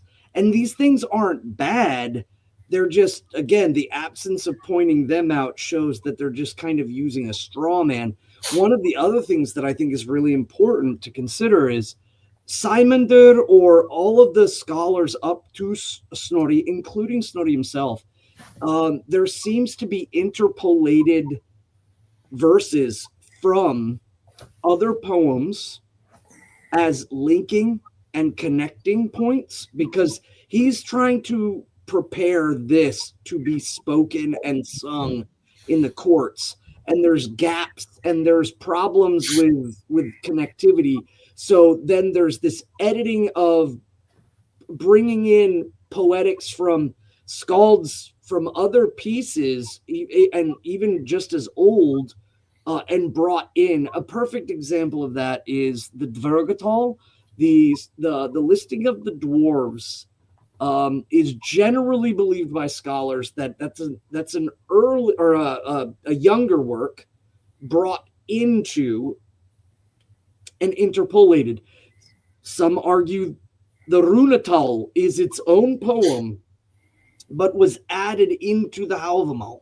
And again, we could, it's not completely and fully, not everyone agrees on this, but the overarching point of it is that there is this connecting factor to hone the stories down for the best presentation in the courts, and that involves not editing out. It involves pulling in more sources in order to bridge gaps between large corpuses of lore. And I think that's a really interesting thing too, because when we think of editing, we think of cutting out, and no, instead they were adding in and pulling from other places.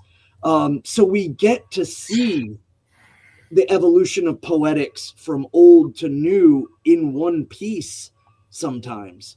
The other thing that I wanted to bring up, we talked about the euhemerization, but also too, I think there was certainly Snorri was closer to the understanding of the faith, but I do think that the scholars themselves, in certain concepts, like as we here in the Allsherjargoði Folk Assembly speak about post-ascension, their explaining of that is not very clear at all. And we've spoken about that with Skirnir.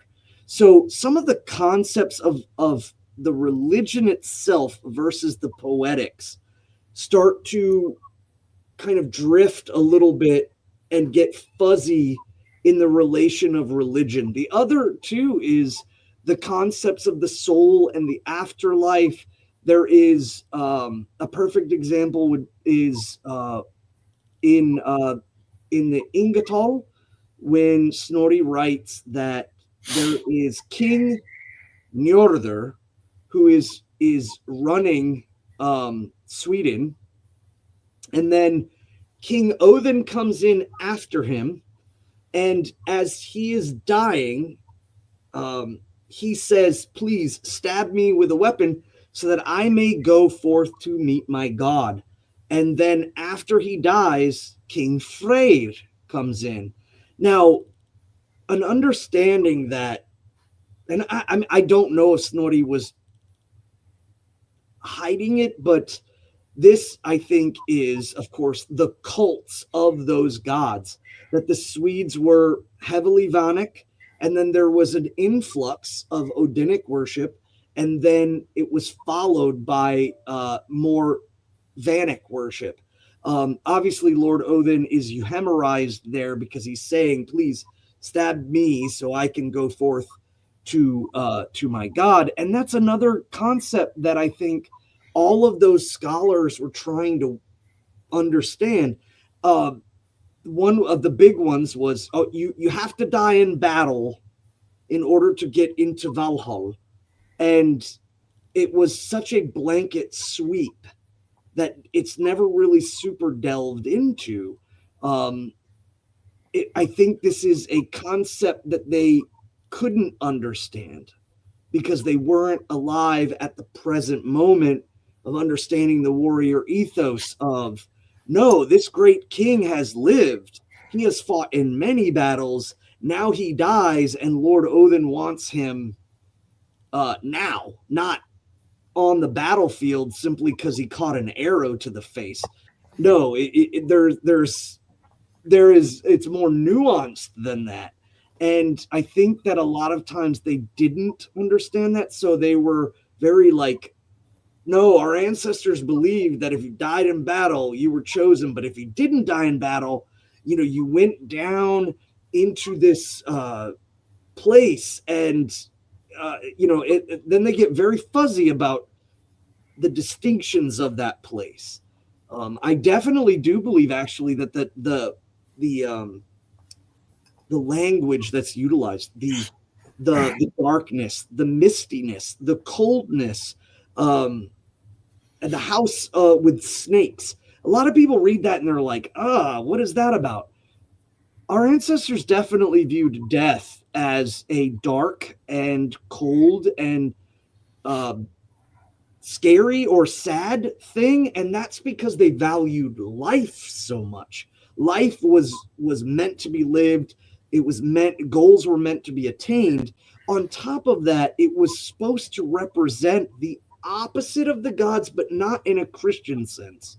It's the place that's hard to define, the mist, the place far away from the gods. The edges are blurred. The rules are kind of shifting. None of the gods really go down there except for Lord Odin. He's the only one that's brave enough to kind of test the undefined. So you see these this separation is, I think, very Asatru, and a lot of people are like, no, that's Christian. And I think that's very wrong. I also heard another argument that kind of shocked me recently, in the last couple of years. It was, Snorri is a Christian, so Yggdrasil having its roots in the upper, middle, and lower world is significant of him seeing the tree on its side. And that one really kind of shocked me. I think that people messing with the cosmology that is clearly stated in based solely on a hunch like that is really bad form. Well, so I talked earlier about things that should guide us. And I think logic and piety should guide us in a lot of these ways. There's a certain amount of respect of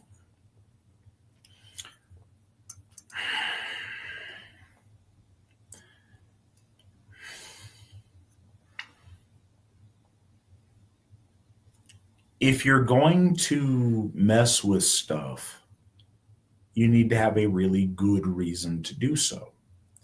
Otherwise, you take what's presented and that's your place to start from. Doesn't mean everything has to stay there. And it doesn't mean that the lore as it comes to us is perfect. But it was curated by people that were trying to do a good job. We have to, it's one of the heroic aspects of Asatru is you have the challenge to live life in an imperfect world and to exert wisdom and judgment to guide you through it and to live heroically. Part of, so the word Aryan means noble. Part of being a noble person is having the ability to make choices and to discern things. And our gods and our ancestors have put many things in place to help guide us.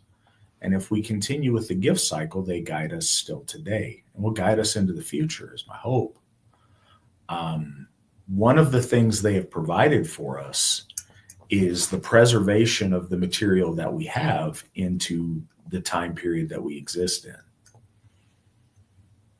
The works of Snorri and Sæmundr and the other scholars at the school at Audi is why we are able to build Asatru to the level that we are able to. Now, I think that we could all start fresh. We could start fresh with none of this material and reforge again our relationship to the gods, but we would be greatly at a disadvantage having to do so, having to start fresh and to regain at the point where this was all written down, regain, thousands of years worth of collected understanding and relationship to our gods. We are very blessed in the fact that we have the lore that comes to us.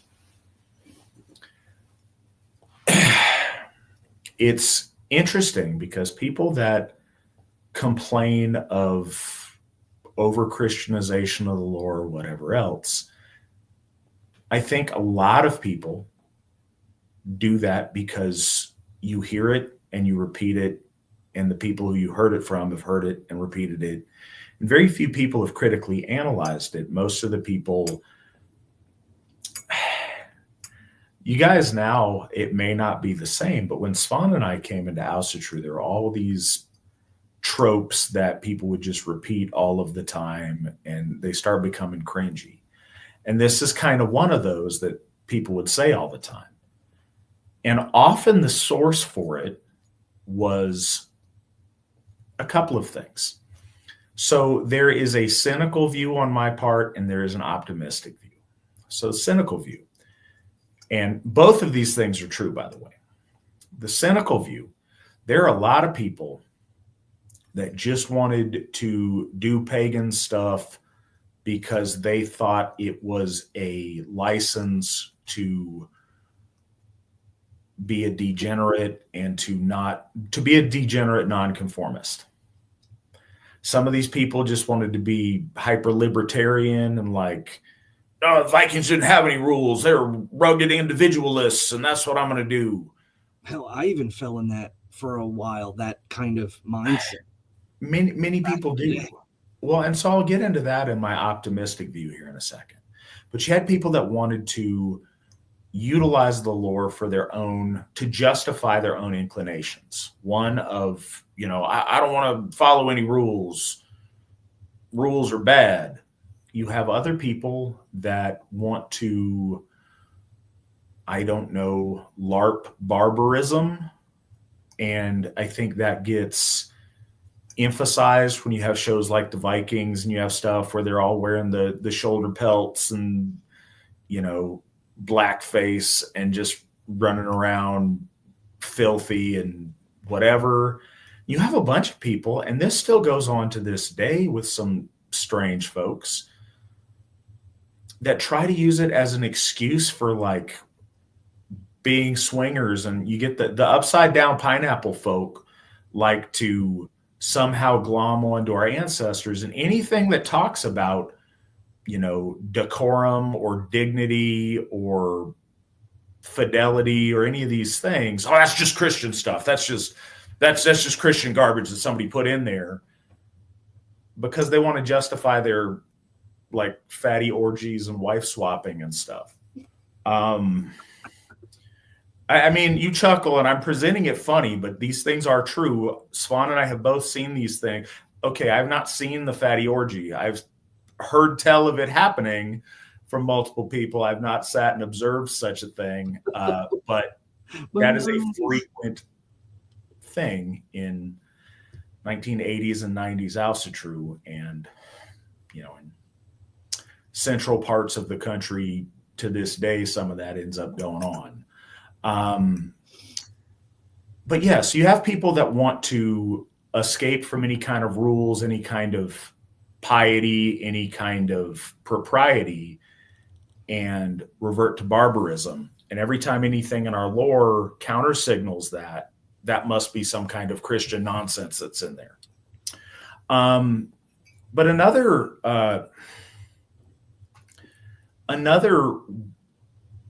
segment of our people came to Asatru as a reaction to Christianity. So their initial conception, and so here's another thing to remember. A lot of our people, when they came to Asatru in the 70s and the 80s and the 90s, 70s and the 80s, did not have access to the material that we have today. They didn't know about as much of our lore as we know about. And so they were genuinely ignorant to a lot of things. And they wanted to present Asatru as the anti-Christianity. And so in their rebellion for Christianity, anything that Christians did, they need to do the opposite. Oh, Christians dress nice. We need to dress filthy. Christians, you know, are sexually reserved. We need to be hedonistic. Christians practice moderation. We need to just go to extremes. All of these things, and that's a very reasonable thought process or place to be. And it's a useful and maybe even a necessary phase to go through to break clean with what you've had and to start a new life and redefine yourself. It's very, very tempting to define yourself in opposition to the things you don't like or the things you left. But both of those avenues of approaching it are very wrongheaded. There are certain things that are just going to be in common by dignified people that exist on the earth. There are things that go into white people's practice of religion that aren't Christian things or even Asatru things. They're just things that our folk recognize as appropriate ways to behave. It should come as no surprise that you would notice things in medieval European Christianity that are similar to things in the pagan practice of Mediterranean antiquity and in Asatru. There's certain things that are just how our folk do things and approach religious practice or nobility or dignified behavior in general. Those things are going to be found in common in a lot of places. It's also important to realize that Christianity, in the way that we are familiar with it, is informed very, very heavily by the culture of our ancestors, the culture of people who were practicing Asatru. And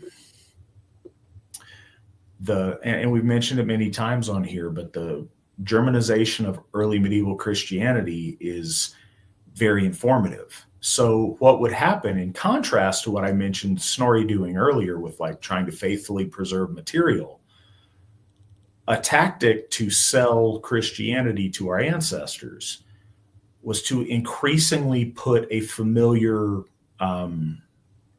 Germanic coat of paint onto this very Jewish Hebrew religion. And they would add a lot of elements that our ancestors were familiar with and saw as noble and valuable in order to make something that is otherwise very unappealing taste better. So, they'd put the pill inside of some ground beef to get the dog to eat it.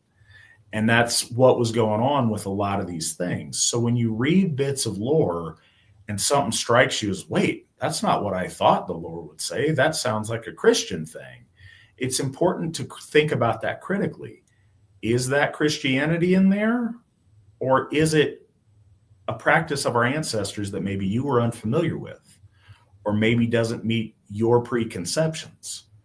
If we want to practice Asatru correctly, we need to practice it the way the gods want us to, not the way that we've conceived in our head is the way we think we should, or the way that is politically most congruent with whatever spurgy thing somebody's doing at the moment, or whatever's fashionable, or whatever, meets all of our desires. We need to be concerned with the piety of, is this what the gods want or they don't? Is this authentically what our ancestors believed the gods want, or is it not? Something having similarity, our brain is built to recognize patterns. Just because something is similar doesn't mean the one was informed by the other. Often people come to a similar conclusion because it's just the right thing to do, or it's just logical, or it just makes sense. It's not always an interloping of something different over something. People can come to the same conclusion through different means, and it doesn't mean those things have to be connected. So it's important to realize that. What's also cool is to recognize, does this contradict other pieces of our lore? It may not always seem in harmony to you, but does it contradict? Does this piece of lore negate this other piece of lore? Those things force us to make some logical choices on which way we're going to go or how we're going to navigate that. It's interesting when those things don't contradict. It's also interesting within the body of a work if it references other things that are attested to other places. That should add an amount of credibility to it. So just out of hand dismissing stuff because you don't understand is really arrogant. And we need to all guard against doing that and thinking that we know better. One of the things in Asatru that we need to get back to, that the modern world has taken from us, is an inborn respect and appreciation of elders. We should be respectful of those who've come before us, those who've put in the work to build things, to codify things, to do that labor for us. We should appreciate that. We should respect those things as our default position. It doesn't mean that we can't learn new things or that we can't discern, errors in previous things, but that should be done because we know it's the case, not because we have some new cool theory. And this goes back to another theme that gets talked about on this program all of the time. But we approach Asatru through piety and the desire to be respectful of very real gods who exist and judge us. Others often approach Asatru in terms of scholastics or, academia. And in doing that, there is a inherent value in innovation or finding some new hot take on a subject that other people haven't thought of. That doesn't exist through the lens of piety. That's arrogant and making it about you and not about the gods. But in academic circles, if none of these things are real and we're just talking about obscure bits of archaeology or sociology, it's fun to take a new hot take on something and build, unique theories around shreds of stuff. That's really tempting to do if you're not coming from a place of piety, if you're coming from a place of academia. So it's important to use those things to factor into your processing of our lore and your discerning truth. It's also, all right, so something else that I think is really important that relates to this. Our gods have always been gods of order.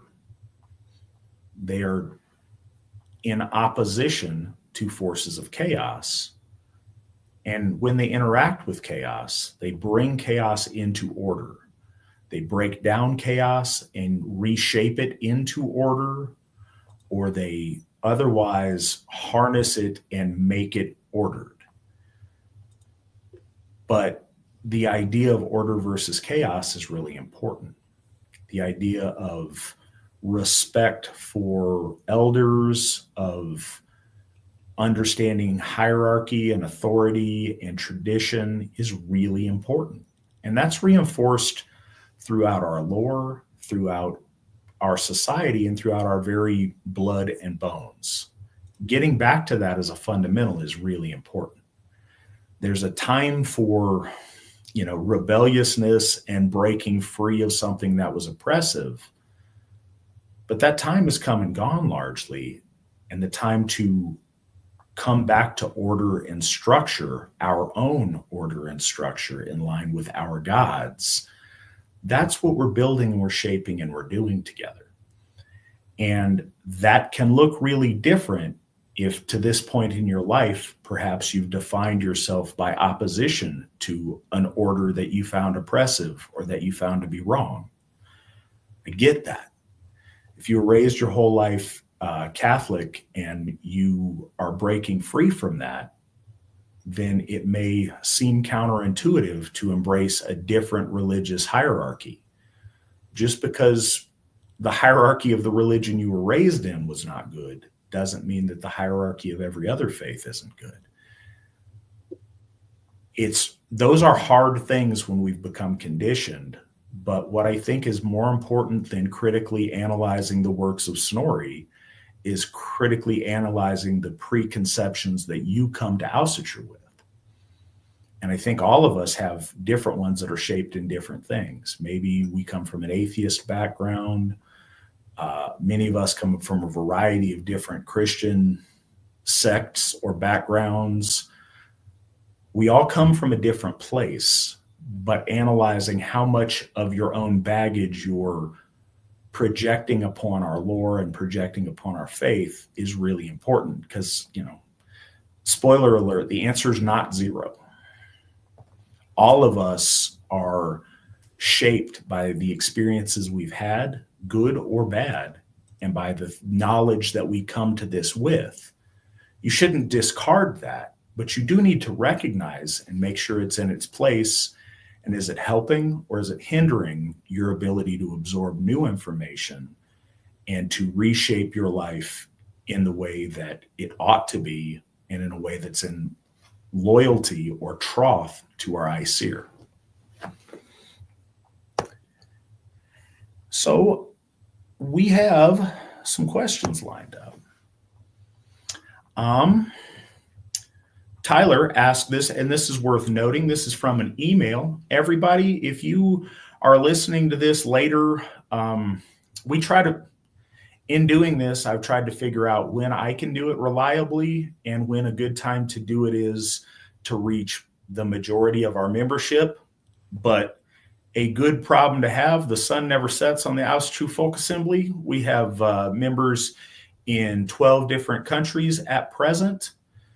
There is no time that everyone's going to be able to make. So many of you listen to this the next day or after as a podcast, or watch this down the road. At any time, you can submit a question to vns@runestone.org, and we will answer it on the next show. This one was sent to us on that email address. So Tyler asks, hey there, if you had to choose, what's your personal favorite piece of our lore and why? Thanks. Svan, what's your favorite piece of our lore and why? I'm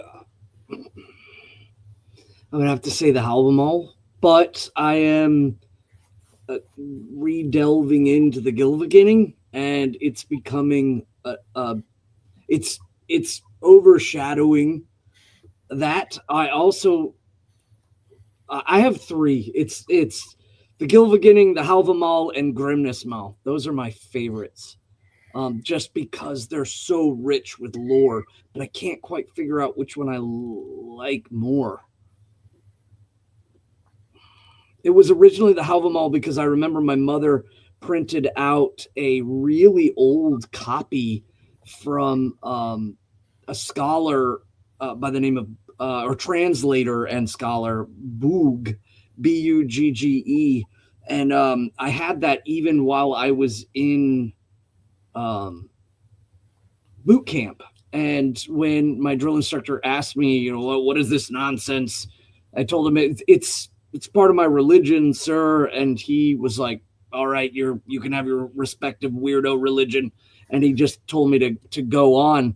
But it was kind of a testament then that I was in a hostile kind of, or not hostile against Ásatrú, but just actually that came later from another drill instructor, but that I was in the world carving my own way. And I had brought the gods of my people with me.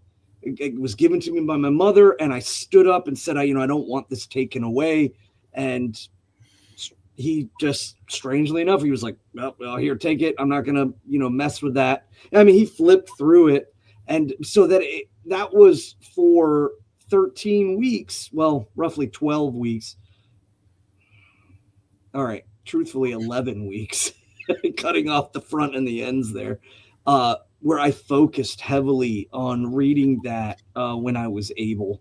So it was definitive in kind of becoming my favorite. But the Gylfaginning is such a cornerstone to the Allsherjargoði Folk Assembly that as I'm reading it, it just is such a great and rich lore, but also to the Grimnismal because of some personal stratification of things that I believe that, and I know that Allsherjargoði was saying, like, and I'm very, very careful about this. I feel like I have found information that is unique, but I'm trying to make sure that I'm presenting it through a point of observation. And ultimately, I know that it's not some sort of, oh, look at me, I'm a scholar and I've come across and made some new thing. Instead, I present it, and I present it to the Gothar for them to discuss, to argue, to do whatever they need to do, or I want it to be tested. But that, because of that, I also like that one as well, because I feel like there's like a bit of lore in there that for the longest time, I think we've been kind of observing it wrong. And when we observe it through a different lens, then suddenly there's a lot of things that make more sense. And I'm speaking about the waterways, the river, the list of the rivers in heaven, the rivers in the middle world, and the rivers in the underworld. A lot of folks know of the Elviar in the lower worlds, but everything else just becomes kind of dross. And through interpretations in Old Norse, I feel like I've kind of mapped out an understanding, even though the poem just kind of mashes everything together. So first, that's awesome. Your Have 'em all story is really cool. I will share my favorites here in a sec, but I want to address something going on in the chat room before it develops more or whatever. JDoc mentions that the Norrena Society has done some good research into pre-Christian law codes and things that really, what does he say? Norrena Society has good research into pre-Christian laws that totally blows up the heathenistic heathenry worldview. They absolutely do. That is, there is a number of times that you may run into on this program where we take issue with where the Norrena Society comes down on certain things. I don't always like a lot of their conclusions. In my last question, when I talked about coming from a place of faith as opposed to scholasticism, I think the Norrena Society, without bad intent, comes to it very much from a scholastic angle, and they're very lacking in the religion of it. But something that Mark Purrier and myself have always agreed on, and they absolutely do a wonderful job of, is dispelling the myth of the like ooga booga barbarism thing. They're very good at that and at pointing that out. And one of the things that they are very good at with their academics is finding these little obscure pieces of like law code and stuff that you're referencing that really do make the point that our ancestors were pious and they were civilized, remarkably so, notably so. And that's really important. I'm glad you bring that up. And that's always a point that myself and Mark Purrier have agreed upon and have talked about before. As far as my favorite piece of lore goes,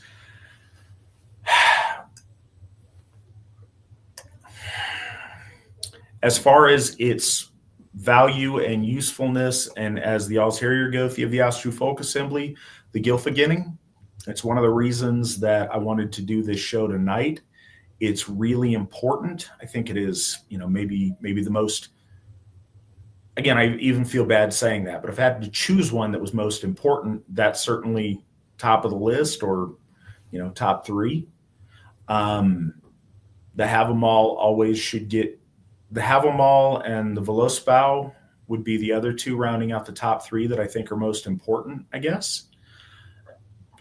Me personally, Grettir the Strong's saga. It was the first piece of our lore that I read intentionally. Like, I'd read Beowulf before. I did not realize it was connected to this. I read it in high school and I really liked it. And that's another amazing piece of our lore. But when I broke with Christianity and decided to come home to Asatru, I didn't know where to start. And we weren't as well connected then as far as figuring out, like, where do I start?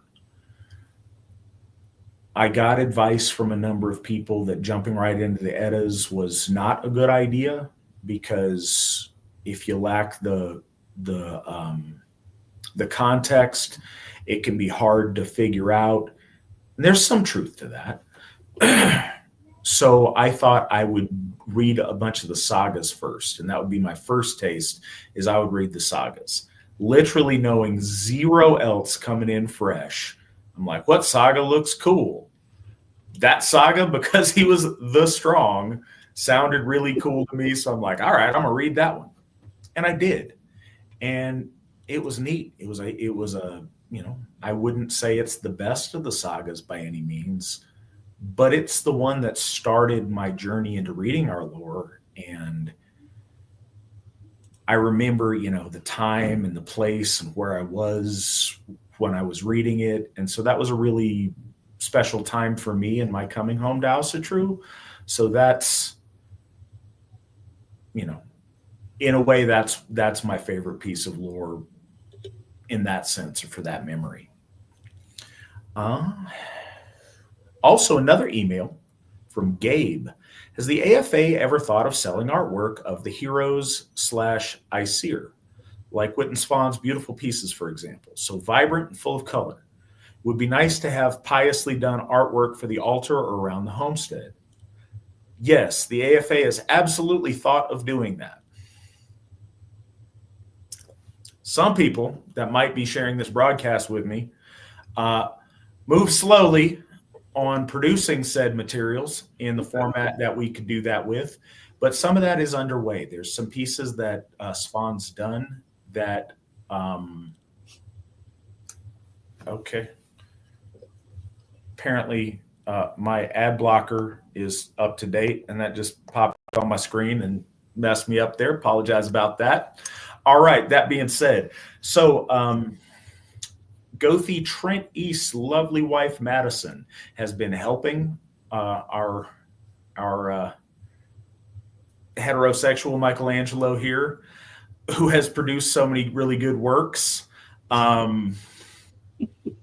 We would like to do that. I think that because you mentioned it, it's on the forefront. Nick, if you could maybe make a note to bother me about that, we can try to get some of those up. I know that she's taken some of Svan's pieces and created prints out of it. Svan has also made some other pieces that haven't really been advertised or shown that he's done that lend themselves really well to prints that we have access to. He's supposed to be doing one on some of our Gothic heroes that has kind of stagnated, and I'm giving him a little bit of encouragement now to get back on that. But yes, there is a demand for that. We would love to see that. We would love to get those out there for people to celebrate, to be inspired by, and we will get on that. But that is something that we've been thinking about. We're just a little bit slow in producing it. Yeah, and bear in mind too, when it comes to the holy gods, we have the pictures or the godsteads at the Hoffs, but the pictures that will be coming out and have come out, some of them are of the gods is highly active. I really got inspired with my youngest son saying that he was smashing things with the hammer like Thor, and I wanted to create heavily action-based.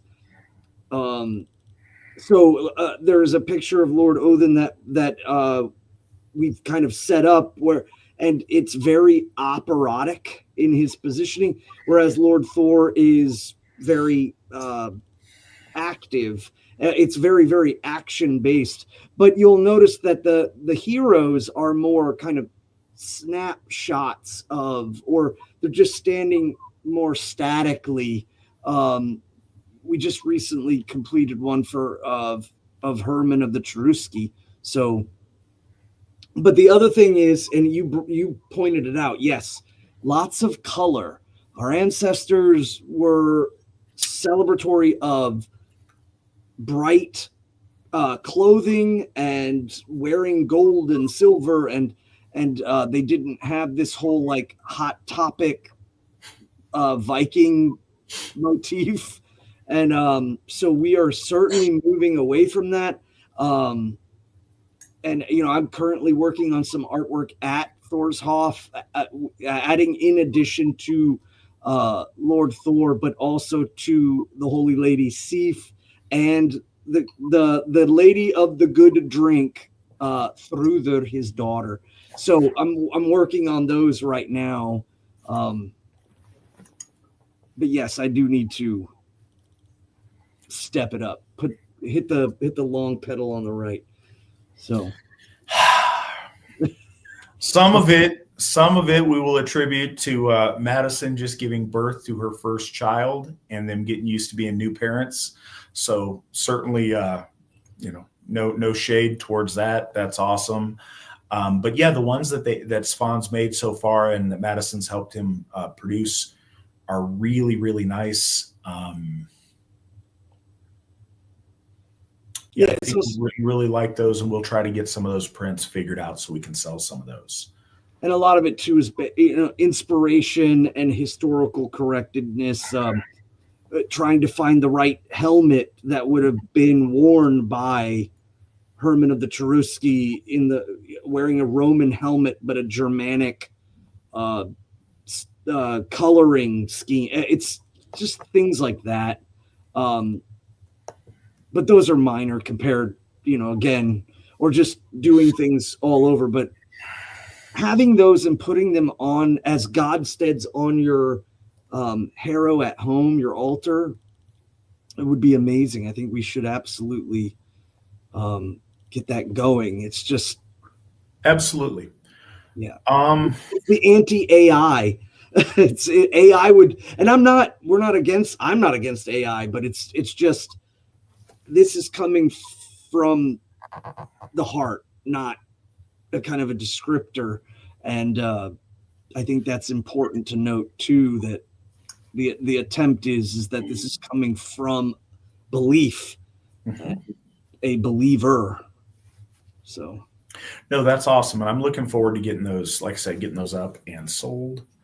Ought to just to share, and cause I'm sitting here talking with you guys, just making a note, today is the 8th anniversary of my wife and I getting married. Oh, time flies. No, we're going to celebrate tomorrow. We're going to do stuff, but the way the schedule worked out. But yeah, just want to kind of make a note. It was really special. In 2017, we got married at Odenshof. Our law speaker, Alan Turnage, performed our ceremony.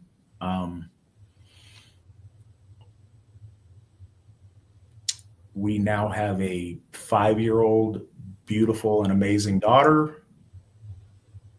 I am very, very blessed. But yeah, just wanted to make note. So Sarah asks, good evening, Allsherjargoði and Witan Svan. I have another question. Is it possible that Vor is related to Mimir? Svan, what say you? Okay, so you're speaking about the goddess Vor. She is one of the Ásatrú. She's mentioned in the Gylfaginning. And the Asatru Folk Assembly looks at this list told to King Galfi, who should folk pray to. She is on that list. And the list is again, it's very concise. But the problem is that you have, say, there are many scholars who think that the Ásatrú are simply, and this ties into what we're talking about tonight, that it is simply some sort of Snorri interpolation, creation. He basically, I think the scholar Rudolf Simek is of the belief, or was of the belief, that they were completely made up by Snorri for reasons. And I actually don't believe that. And I think that there are actually attestments that go into the continental, with like the Merseburg charm and the Aless. I always butcher this. The votive altar at Hadrian's Wall speaks of two goddesses, and they give them a Proto-Celtic name and they give them the Germanic name. And I'm of a belief that they are also of the Ásatrú, that they are older names for them. Anyways, the problem is that the origin of the Ásatrú is left completely to speculation. Our holy lady, the mother, Frigg, she comes from the earth. That's mentioned, but it is not fully mentioned as to where the Ásatrú rise from. It is speculated they rise from the Vanir, some possibly from the Jotuns, either of the middle or of Niflheim, but it's never fully known. So is it possible? So we have that. We have these kind of three sources that we see repetitively and observe in the stories, that the Ásatrú come from either the Vanir, i.e. the earth, the water, the land, or we see, and they rise up and join the Lords of Order and Cosmic Order. We see them come from the Jotuns, and we don't really see any mention of it in relation to the Jotnar of Niflheim, of the ancient and the proto, other than, of course, Bor, Bestla, and Óðinvili and Ve. Mimir comes from Niflheim. He's part of Bestla and Bolthorn's. He's Bolthorn's son. I don't want to say that isn't a possibility, simply because it does happen, but it doesn't seem to be a consistent point amongst the goddesses, and we are left with not knowing exactly where the Ásatrú come from. But there is a point that you make that I think is super important. Lord Odin's loss of his uncle in the stories has caustic effects. When the Aesir, the Lords of Cosmic Order, and the Vanir, the gods of natural law, they fight, and they fight for supremacy. And what ends up happening is that leads to a joint, a union. But ultimately, the loss of Mimir is a result. And what we find is the Ásatrú end up becoming, they fulfill the function of Mimir after he's gone. Mimir is placed at the well of memory, where all time flows. And from the well of Erd to the well of memory. But then you find that Lord Odin speaks to Sauga. He speaks to the prominent Ásatrú, or at least it's just mentioned that he, again, goes out of his way to gain information. And what I kind of see is a stratification of purpose, job, amongst Lord Odin as he reaches in and with the Ásatrú Sauga, she's witnessing everything that's happening at the well, and he goes through and takes or kind of like a database is pulling information from her. And then Var is seen as the Ásatrú that sees beyond what is just plainly there, and even notably to the gods themselves. So you kind of see not the job, but you see the replacement because of their power in the Ásatrú when Lord Odin goes to them. But relation, I honestly can't confirm or deny. And that's a great question. I never thought of that specifically in relation to Mimir, but again, in relation to Lord Odin sought counsel with Mimir, and after natural law slays his uncle of memory, he then opens up to counsel in Sokvabek, with Sauga, and with Var, and with all the maidens of Fensaler. All right.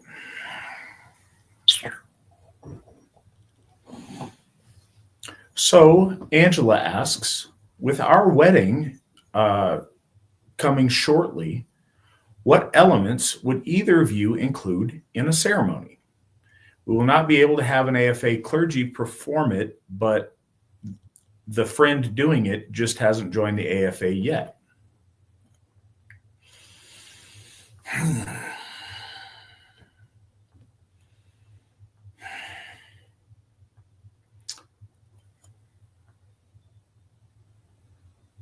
So it's hard to like, what elements would I include? Because the element I would include is have it be an AFA wedding performed by a Gothi. As far as, I don't know all the contexts or why that's y'all's choice and how you're doing it. What I think is fundamentally important is that you invite the gods in at that stage, and from that stage on, invite them into your marriage. Be married in front of them. Invite them to bear witness to your oaths and to your coming together as man and wife, and do that in their seeing, and with a invitation for them to be part of that union and be part of you all's life together as you move forward as a married couple. And I think there's a lot of, little fun elements you can add. But that, I think, is the most important thing that should be in there as far as, Asatru things to add to it. Svan, what ideas do you have in that vein? Yeah, I like the fact that you cut straight to the true core, because I was immediately thinking of the minutia. I was thinking of the traditions, the culture, and it's like, yeah, you're doing all of this stuff, but why? And the reason is, yes, as Allsherjargoði says, to bring the gods into your life, into your house, just as great grandmother and great grandfather did with Rig. That's the point of that story, is bringing in the divine into the coupling. And they are not individuals. They are, of course, a generation, but it's macro and micro. Bringing in the divine is important. And I think that represents, because culturally, we do 3 oaths at a wedding.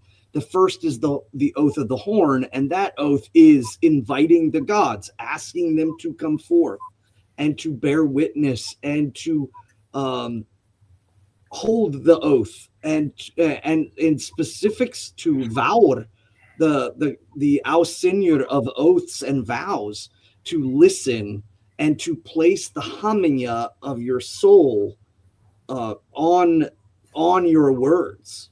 It's balanced on your words.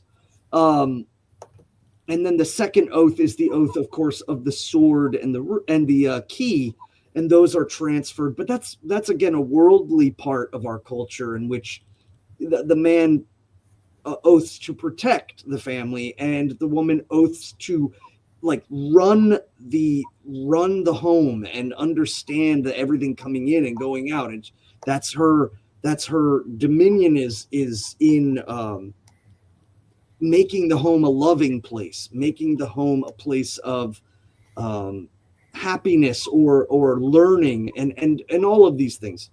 And lastly, of course, is the oath of the ring, which I'm absolutely sure you're familiar with. So as Allsherjargoði said, I think one of the big things would be to start a gift cycle at that moment together. This might be the first time you have given gift to the holy gods. And in doing so, it can be as simple as loading the horn and asking the holy gods and goddesses, or just the Aesir, to come into your life, come into your home, to guide you, and that you in turn will also be giving to them. That there is this I often say, again, when I'm gifting, is as much as I drink of you, so shall you be able to drink of me. I am reciprocating, and that is important to guidance, is allowing the Holy Divine to know that you are opening up and you are seeking that guidance. You're trying to reconnect, and you want to be of piety and service to your people and service to the gods of your people. And I think that goes a long way. So even if you just add the horn element, and just expounding on what Allsherjargoði said, that's why you're adding the horn element. And then from there, if you move to the Oath of the Rings and you say your vows before each other, and place the rings upon your fingers, and then everything else is icing on the cake or personal flair. But I mean, I would encourage, of course, for every person out there to try to seek to get Gothar to come and adjudicate your weddings, or come to the Hofs if you can. I've driven very, very far and to preside over weddings that were not at the Hofs, simply because there were folks in the family that couldn't travel to the Hof. So the Gothar came to them and ensured that that was met. And that's just something that needs to be reiterated and said. First, Angela, congratulations. I'm excited for you guys. There's a lot of bells and whistles, and I know that, you guys know about the fun bells and whistles when it comes to that kind of stuff. The sword, the exchange of keys, that's a thing. You may want to do, have some kind of braided rope or something you want to do for hand fasting. I've had to learn how to, officiating weddings, I've had to learn how to do the hand fasting and tie the infinity knot in it to where it comes out right. So that's kind of a thing that you may want to do on that. We've also done the tartan wraps for some folks who have a heavy Gaulish tradition, and taking a tartan and wrapping that around the hand. That was good. There's fun stuff to do depending on the particulars, but I do want to put out there,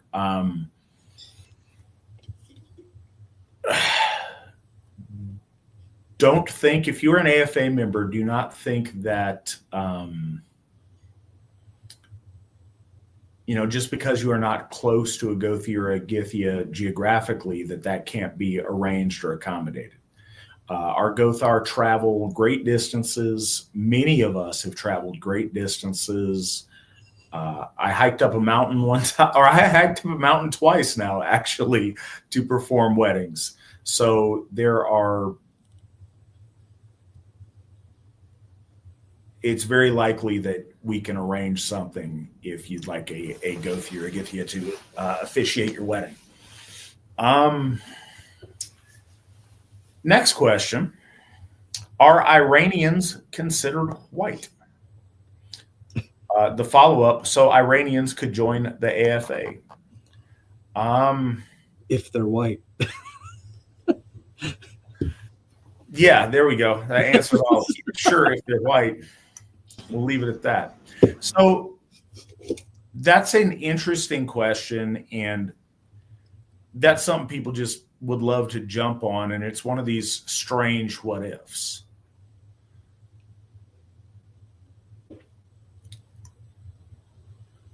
And the question got asked earlier when I mentioned the zealotry of the fringe and the fact that Iran means land of the Aryans. And the current monarchy of Iran that's in exile, that's like their regnal title is, King of the Aryans. That's since Persian, antiquity, that was their defining thing, is because, yes, at that time. So, and this is kind of the key. 1000 BC, Iranians are the tribes moving into Iran, calling themselves Iranian, are white. Absolutely.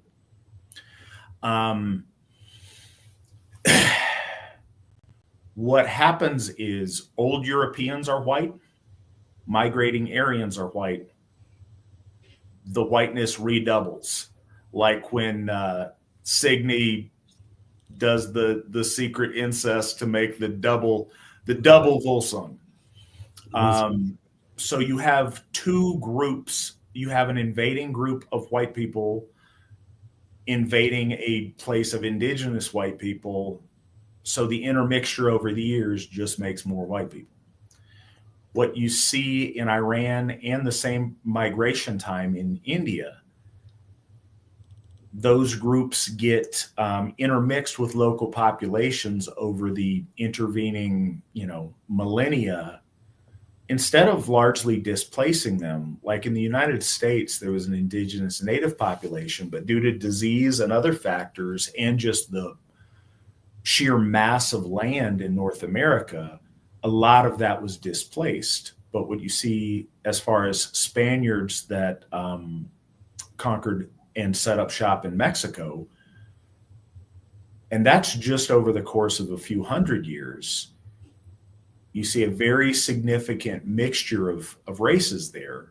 And there are still people that are, in the higher classes of that society that are clearly white, but you see a lot more of them that are very heavily mixed with Aztec indigenous population. You see in India a very heavy mixture of Aryan Indian with Dravidian peoples there. And so in India, you don't really see that anymore. It's just how Dravidian are they? In Iran, it's a little bit different. I think that their ruling class has maintained much more of their ethnic identity. I have seen Iranians that are very white that, yes, we probably would let into the Asatru Folk Assembly if they applied and that was their picture and they told us that that was their lineage.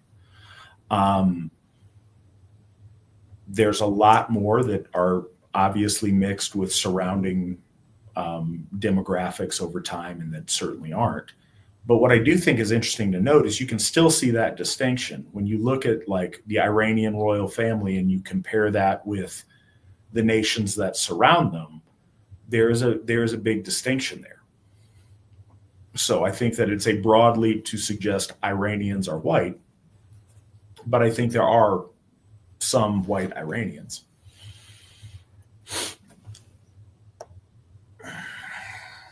Will the AFA start requesting DNA for membership? No. That's intrusive and spurgy, and no, we wouldn't do that. Dang it, I don't get to use my skull calipers. So I'm a little box and everything. I get it, and I'm not faulting the person who asked the question. There are a number of people that suggest that they want that. I think that's, a step or several too far. I think the idea of having to submit your DNA to join our church is intrusive and just off the cuff offensive to a lot of people that would want to join. And I don't think that's necessary. I think we all collectively understand people who are us and people who are not us. The times that has been confusing to people, I don't think the confusion is honest. I think the confusion is wishful thinking in my long experience. Again, we could get everybody spun up about the possibility of Iranians, but Iranians aren't joining the AFA. That's not a real thing.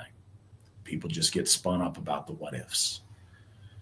We could require everybody to do an extensive DNA test and, go into fractions of percentages and whatever else. That's not going to affect the vast majority of people other than to make them offended and to make them feel uncomfortable with that as a requirement. And I don't think it's necessary. I think what's also an interesting thing genetically, the test results don't always match the person that's looking at me. And in the AFA, we have seen that before, where someone very obviously is not a white person, but they apply and show us their, and I have to believe them that they're showing us an honest DNA test. And they're very obviously not what you would think that DNA test would indicate. Honestly, it's ironic, but I think in some ways a visual smell test is a more stringent requirement than the DNA test. We had one person who wanted to present himself to us as suitable for membership, and he was, I believe, 93% European.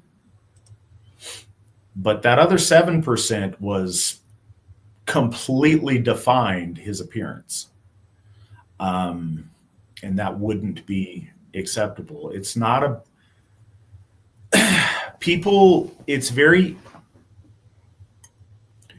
it is very compelling in the world that we live in today with the forced diversity that many of us face to be hypersensitive to minutia of DNA and things, because it's ever present and it's a consistent in your face thing today.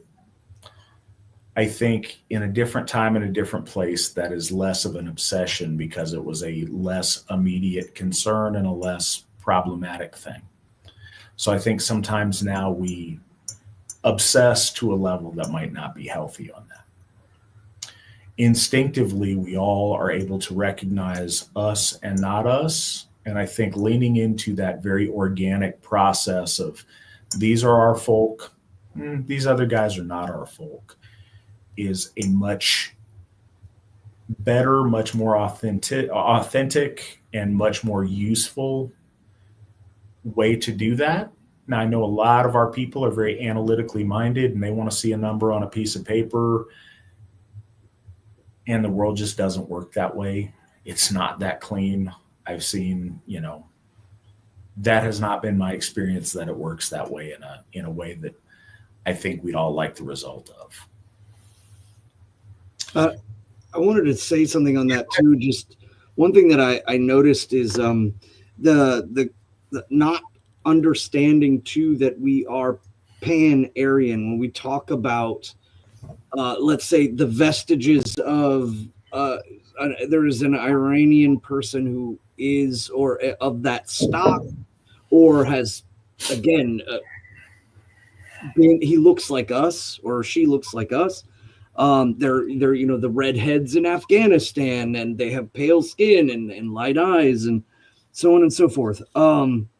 But I think a big thing is that there is a consistent concept that Germanic Aryans have, and I'm speaking as a Nordic Germanic, is that anything outside of the Germanics is not.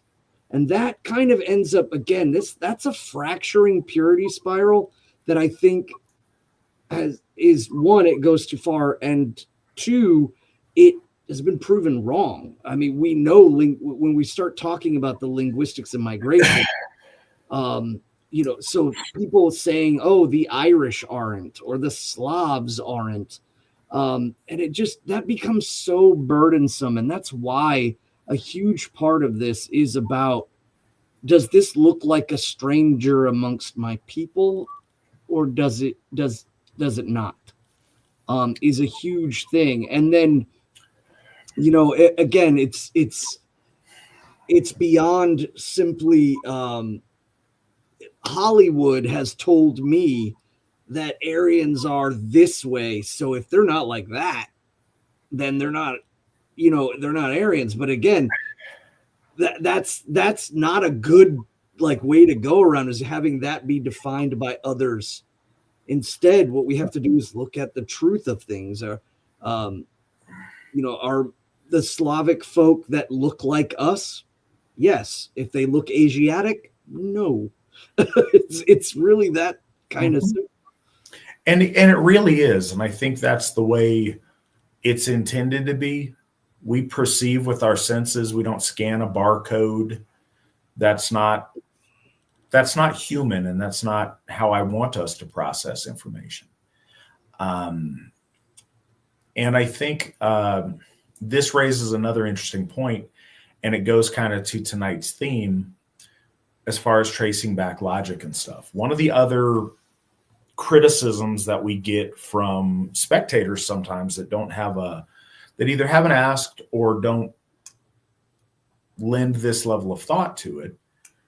Oh, Odin and Thor, that's Viking stuff. You guys aren't Vikings. Why are you worshiping Viking gods? How come your people are from Scotland or England or, wherever? Why don't you worship those gods? What, you're from Spain. They don't do the logic. If our gods are a product of the nation state, then yeah, that makes sense. But they're not. They're gods. They're creative gods that shaped our people. And as I mentioned earlier, and it's just worth reforming, they don't transform into something different when you cross a national boundary or when you start speaking a different language. It seems preposterous to us to talk about Odin and Wotan being two separate gods, because they're not.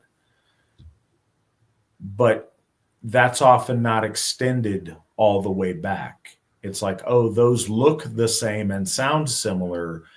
Clearly that. Well, cool, but what was he called before he was called Wotan? Well, what was he called before that? Well, how did our folk know him before that? If you trace the migration of our folk, it goes in a lot of different directions over thousands of years. And as we've talked about before, yes, we focus on the Norse nomenclature and presentation of lore because that is what has been preserved for us, safeguarded for us, and gifted to us by the gods.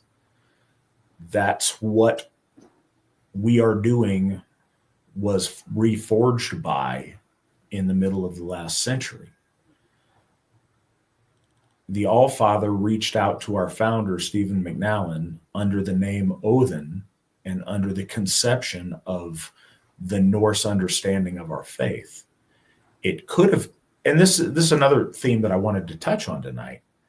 We could have done this any number of other ways, and it would have been good and okay to do. We could use all the German names, or we could use the Anglo-Saxon names, or, we could manifest Aryan divinity in a lot of different ways. This could be a Celtic thing or a Slavic thing, but it's not.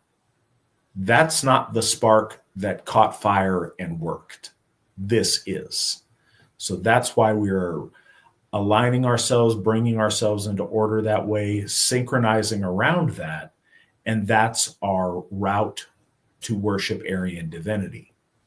But these are the common gods of all of our ancestors. If they are the gods that shaped us as a race of people, then they existed at the earliest version of us. The earliest that we know about, that we can trace that back to linguistically, is the word I use, Aryan, what's become popular post-World War II in scholastic circles is Indo-European. But that's the farthest, like Proto-Indo-European is the farthest linguistically that we can trace the verbal expression of our divinity to. And that's come down to us in a variety of different ways and shapes and forms. But clearly the same gods that, we are worshiping this evening are the gods that formed our folk as far back as the Ice Age and perhaps beyond. That's important for us to keep in mind. We are just as connected to those gods as is someone who lives in,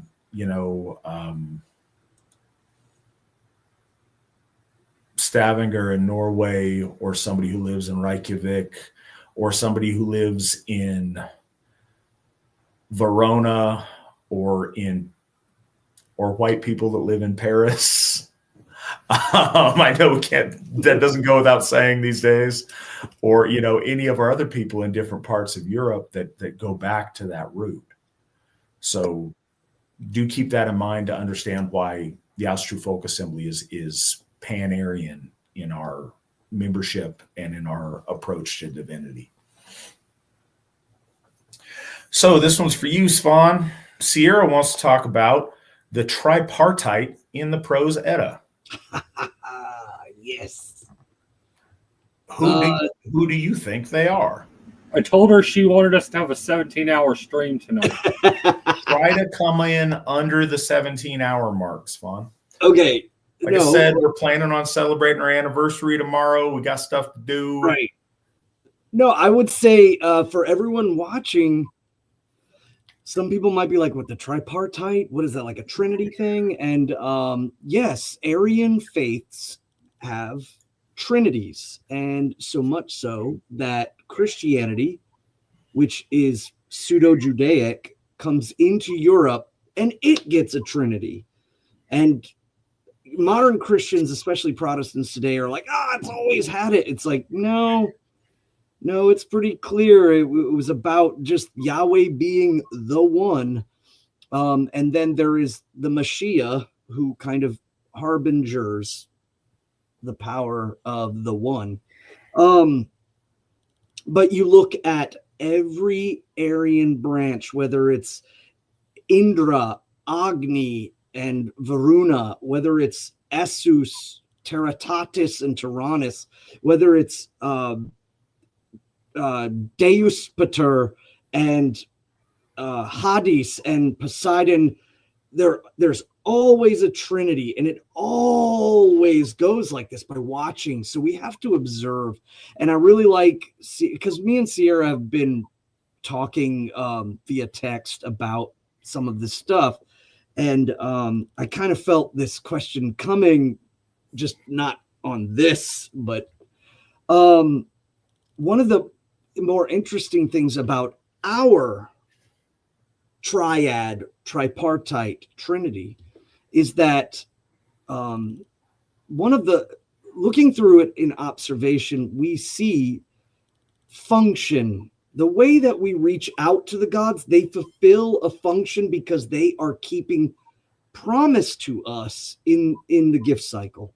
We ask for this and they give this, which is good.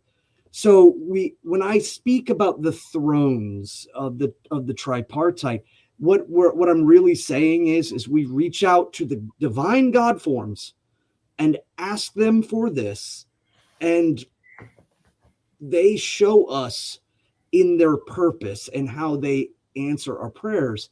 So most people don't even know that we have a tripartite, that we have a Trinity. They try desperately to just create a singular Godhead without observing that there's always a masculine and a feminine God that changes. They not pass away. Sometimes they do in the stories. There is this overarching masculine, overarching feminine that pass away. And then in the stead, there is one who leads, and then there are two that are in assisting. Now, for most people, the closest place I can point you at is the days of our week. And bear in mind, the middle is the high point. So we have Tuesday, Wednesday, and Thursday. We have Tyr, Woden, and Thor. And then Tacitus's Germania substantiates this tripartite, that they worship Mars, Mercury, and Hercules, he says. But again, he's utilizing comparatives, the bonk, if you will. So we have stasis, nation, war. We have dynamic, magic, death, and also war. But again, all of them are war. And then lastly, we have catalytic, breaking down barriers, a combination between the earth and the heavens. That's why Tacitus said Hercules. He was thinking of the earth and of the sky. And just at that time, or over evolution, the Greco-Romanics they had made the mortal and godhood. But we are of the Vanir and the Aesir is how Thor is made. Though I did speak about Snorri labeling Jörð as a Jotun, but remember, Jotuns that aid and give birth to the gods are in their realm of dominion. They're not antithetical. Thor's mother's not trying to kill him. He is the son of heaven and earth. But I digress. The other tripartite that we see, of course, is Odin, Vili, and Ve. So most Ásatrúar immediately go to that. The three who is one, the one who is three. And so, to be honest, with just those two, I am of the mindset that it is the tripartite of Tyr, Odin, and Thor. Could it be Lord Odin himself in his triplicate? Yes, that could be, and I'm not going to say one way or the other. I'm just kind of more inclined.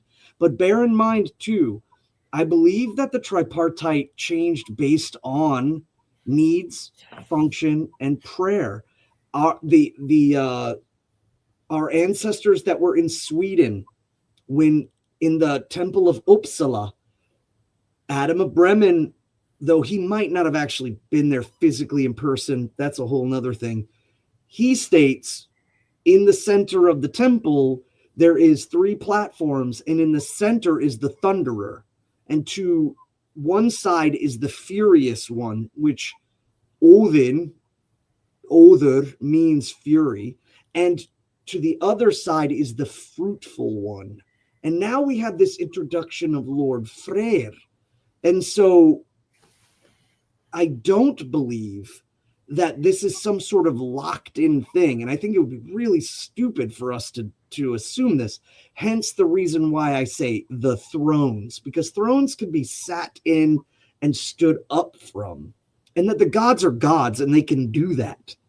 They can do that when they want. And for us to try to pigeonhole every Aryan branch as being the same, and or even within our own people, I think it has changed. And this is only through observation that I'm bringing this about. So I am lending towards the tripartite that even Tacitus kind of refers to as being the kind of the primogen of Germanic tripartite. But it could be Lord Odin, and I just don't know. I'm reading it again, actually, because of Sierra, and I'm looking for anything from that perspective. But the Trinity or the tripartite is so important in our faith. Even Gunungagap is filled with stasis, catalyst, and dynamic. Adumla moves. Ymir is a catalyst. He's asleep, and when he wakes up, everything's going to come down. And Yggdrasil is stasis. It's the center. It is so repetitively seen. And if you read the stories, if you tell the stories, you begin to see the patterning. And I think that's, again, it's observation. It's not just to make things up, if you will. And I also think that there is a reason why the holy gods of the upper world are pulling in dominion power from the Vanir and from the Jotuns. There's a movement, a triplication. So Real quick, I was going to say, I think, because you mentioned an extra 3 aside from Odin, Villive, and all them, I think our brains work really well in 3s. I could think of a half a dozen different trios. You could think of Fenrir, Heidi, and Skor. You could think of Fenrir, Jormungandr, and Hel. You could think of Magni, Modi, and Thruder. You could think of Baldur, Thor, and the god we don't talk about. There, you could think of, I don't know, Thor or Baldur and Vali and Vidar. There's all kinds of different ways you could think of 3s.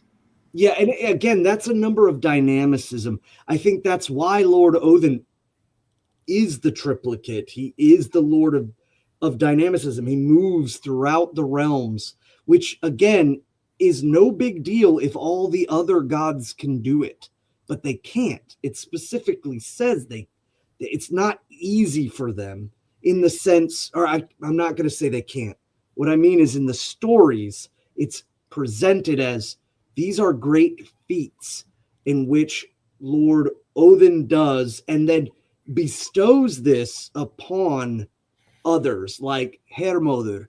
And then, when we speak about like Magni and Modi, I've always tried to I get some of the I guess it could be a tripartite of the family and the farm. If you have Sif as the of the land, the orchard, and the harvest, you have Lord Uller of the hunt and of the winter tiding and gaining flesh for your family to eat and then you have Thruder, who takes the leftover wheat and makes the brew. You have this kind of triplication there. But Magni and Modi are mentioned coming up after Ragnarok to carry forth Mjolnir, but also it's worth remembering that Lord Thor has another weapon. It's called Gríðarvál. It's the rod of conflict. And Magni and Modi means wrathfulness. So I don't think that was accidental. But again, there is this interesting point of the divinities of the holy gods as they produce or extensions and create more of and interline themselves with other divine beings and create progeny. The progeny end up fulfilling these active forces. Some of them are long-standing, some of them are immediate, and others are destined for after Ragnarok. And I speak specifically of Magni and Modi in that regards. But Vauli, Vidar are all in the pre, and they're listed in the Gylfaginning by the tripartite, saying these are the gods good for men to worship. Now I see again a lot of people just discount Snorri and say, oh, he was just trying to fill it. And hopefully tonight, after everyone's watched this, they understand, no, Snorri was not just whipping things out from his pocket. This is a long-standing tradition going farther back towards our ancestors than people, give credit for. And I think there's that worth of understanding. The problem is that a lot of Asatru have never looked at hierarchy. They don't poise hierarchy, or they'll just say Odin's king. That's it. But they never conceptualize the ideas of why the gods of cosmic order would pull in Jotnar from the middle and thus produce more Aesir. They produce Vauli, they produce Vidar because of Rindur and Gríðr. So a lot of folks, they don't know who Rindur or Gríðr are. So these points could be looked at. They are certainly worthy of giving piety and prayer, Or also, too, some folks look at it more as these are the machinations of the gods as they are bringing in dominion the middle world. And the gods that are listed in the Gylfaginning are the ones that we should focus on. But everything happening in the stories are purposeful. The gods are, they bring in powers from Jotunheim. They bring in powers of Vanaheim. And then in the primordial ocean of the material world, they lock it down in oath. Ægir and Rán and the cauldron, the centering of the primordial ocean, the blood of Ymir is brought into dominion not through marriage and not through children, but through oath-bound hosting. And I don't think any of that is coincidental. So that's me trying to rein it in. Allsherjargoði. I appreciate your sacrifice. It hurt me.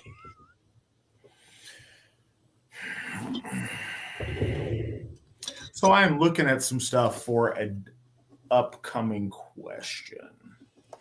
All right. I can keep going. What are your thoughts on classical liberalism and people who identify as such? Svan, do you have thoughts on that? I mean, I think classical liberalism is a really broad thing to say. I am not particularly a fan of minarchist or minimalist government to the point where, your neighbor can buy a Taiwanese girl off of the internet because there's, no victim in the whole situation. Like that's not good. I don't believe that's good. And again, I have gotten to points where I've met classic liberals that are, borders don't mean anything. If the government is nothing. So I generally look at constitutionalists, anyone who believes, and this kind of harkens back to Iceland, anyone who believes that there is a law or laws that are given to them by the gods at just a basic level. Outside of that, I think that's good in the lower sense that that there's basic laws and things that a nation should give to its people and have for its people, or at least afford it, even if it's just the freedom to have a business and free market and what have you. But when you get up higher, there needs to be some other things, or there needs to be a normative sense of direction. You end up finding out that there's, giant buildings of corporate sense that would absolutely sell off their company and go to a foreign country for slave labor and just destroy, the working folk of their nation simply because it's going to save them a buck. So there's some sort of line, I think, that there's the constitutional sense of law that is afforded to the citizens of a nation. And then I think also, too, there's a freedom sense that they need to have in order to build their lives and pursue their will. And then there's a point where there needs to be someone there saying, like, no, you're not going to, move your factory to Malaysia because you can pay them pennies and you're going to lay off thousands and thousands of your folk. So I'm kind of like an upper tier, lower tier version of classical liberalism in the low sense, and then perhaps more of a authoritarian presence in the upper sense. And I say that, and I know people are going to be like, oh, but government is authority, executive branch is authority. The idea of having a principled upper tier that makes sure that you don't have people coming in, hiring all your people, giving them jobs, and then running to another country and firing them all simply to make a buck, or other things, tariffs and what have you. I'm a believer that in that upper relationship with other nations, we need to have strong presence. The other thing too is, disabling and dismantling that upper presence of authority is just inviting other groups in. The strong centralized governments of, communist China or what have you. And I'm just using them as an example, is that you might as well just invite them in. There's no sense of an ability to defend against outside threats if everyone's so free that they can't define themselves and they don't care about who they are as a people or a language or a culture, etc.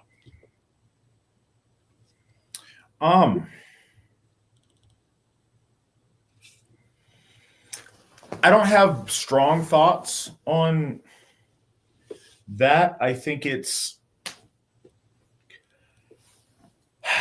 confusing. People hear the word liberal now and it has a very particular meaning. And we have certainly in the West a conservative and liberal, right and left dichotomy that this is odd about. I think it's very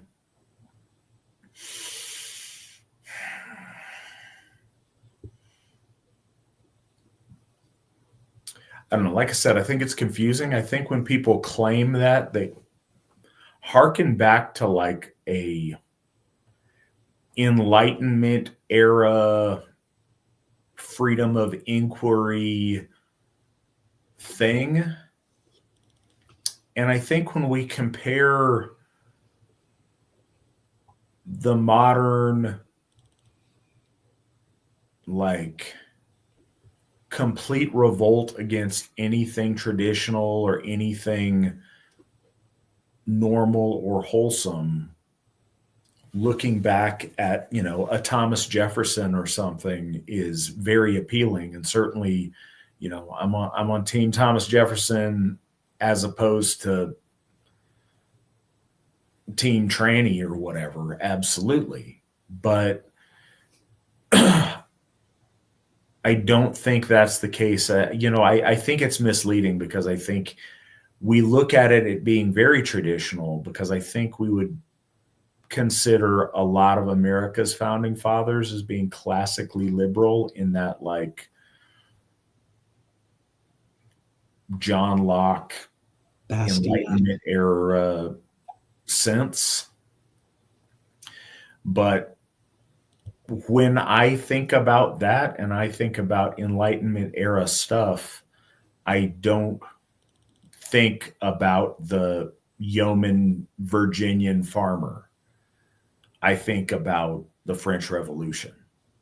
I think about the people out there in the streets. Let's behead royalty. Let's behead nobility. Let's behead everybody that even sort of sounds like a sane human being. Let's turn all the churches into churches of reason and redo our calendar, and let's completely destroy tradition. Robespierre. Yeah. We're looking at you, Robespierre. Yeah, exactly. When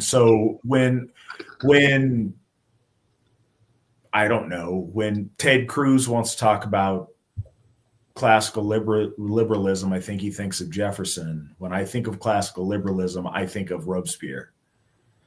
And I think of the terror. That's why I like that caveat of the constitutional classical liberalism, where there's this kind of, and that doesn't always work. That's the thing about some of these things. I think that, and this, okay, we all label stuff. It makes things, it categorizes things in our head. It sorts information. I do it too. We all do that.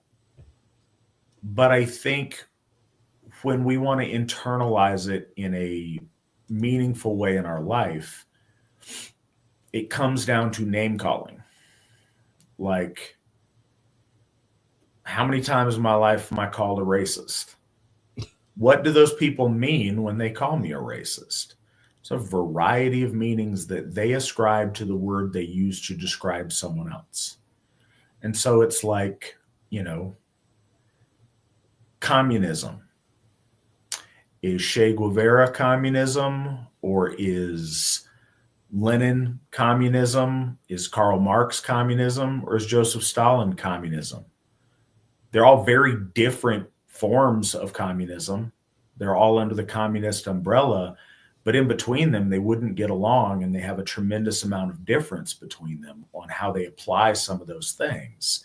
It's like Enlightenment era classic liberalism.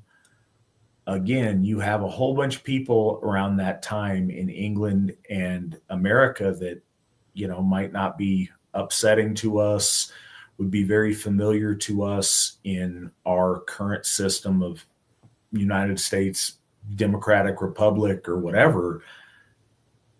Their contemporaries in France would look real different to us. People following the same ideas in, Haiti would look real different to us. So I don't like to get stuck in that. That's not a term. I get it. Usually when I hear people refer to themselves as classically liberal, they want to be, as George W. Bush described it, compassionate conservatives. I think that's kind of what they mean, is like traditional American, freedom-minded, spirit of 1776 kind of folks. And I get that, and that's certainly better than most of the things that surround us. But I don't think that's something that I particularly identify with or would get behind. Again, if the ballot is classically liberal versus the stuff that's been on there, then sure, I'll be on team classically liberal if that's what we're doing. Make that said, in a more recent classically liberal time, 1992 Bill Clinton is a lot better than 2024 Kamala. So it's hard to say. And I think that, again, political things are all very relative to the issue of their day. A classically liberal person would be mortified by what the term liberal would imply today. A classically liberal person in 1800 would be mortified by their classically liberal brothers in France, and some were. So I don't think that, I think that over the course of the last 200 years, that word doesn't really have the same meaning that it used to have. So the next question, this is why I was, taking advantage of Svan's expounding upon the tripartite. So I was trying to find, question is, and you may have a more ready answer to this. Scott asked, what's the oldest grave or tomb where a Thor's hammer was found? Ooh, I would have to look. I don't have it right off the top of my head at all. And again, the classification of hammer versus axe, hammer, axe, club, that's where it starts to kind of get hard to pin down. So we have an answer in the chat, but I haven't verified the information to look it up. From Immenstedt in the 8th or 9th century. I'm not sure, I'd have to look at that. It's also, where do you find these things? Often we find jewelry in grave, hoards that are interred with someone.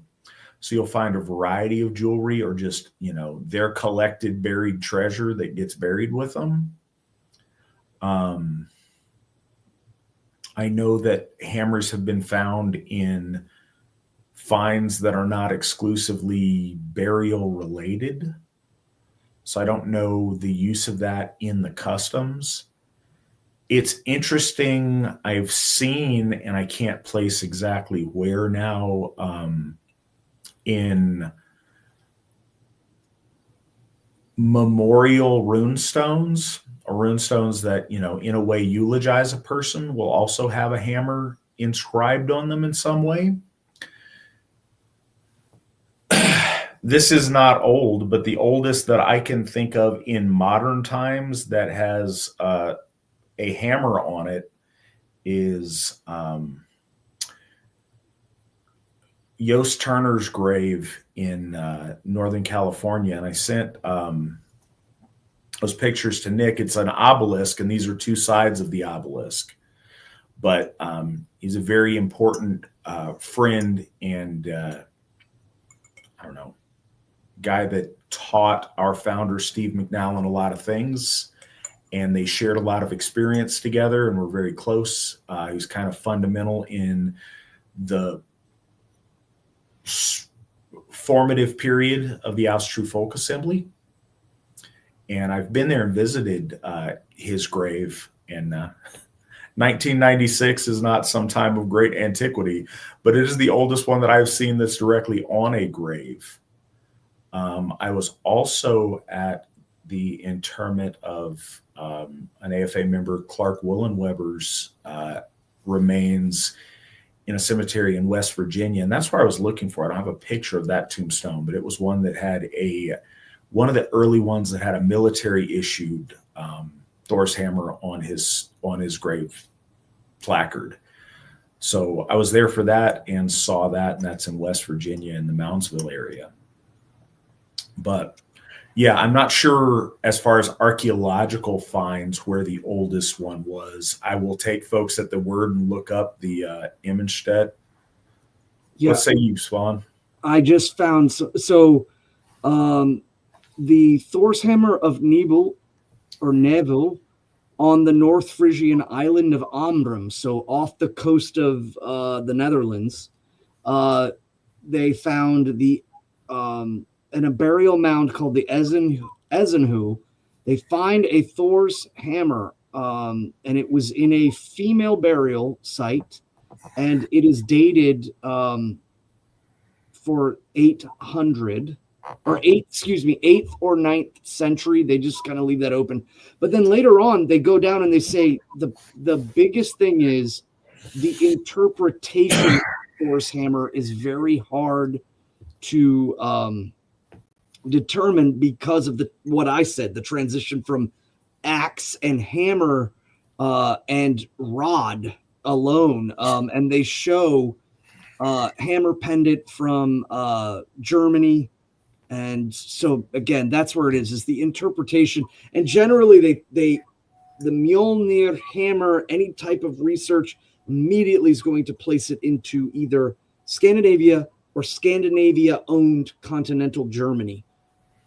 But we do see other, like there are bronze hammer axes. It's just a broad square held together, and then there's also the braided rod that are also found throughout Germany, and they go further back. But so we see in Anglo-Saxon England hammers as well.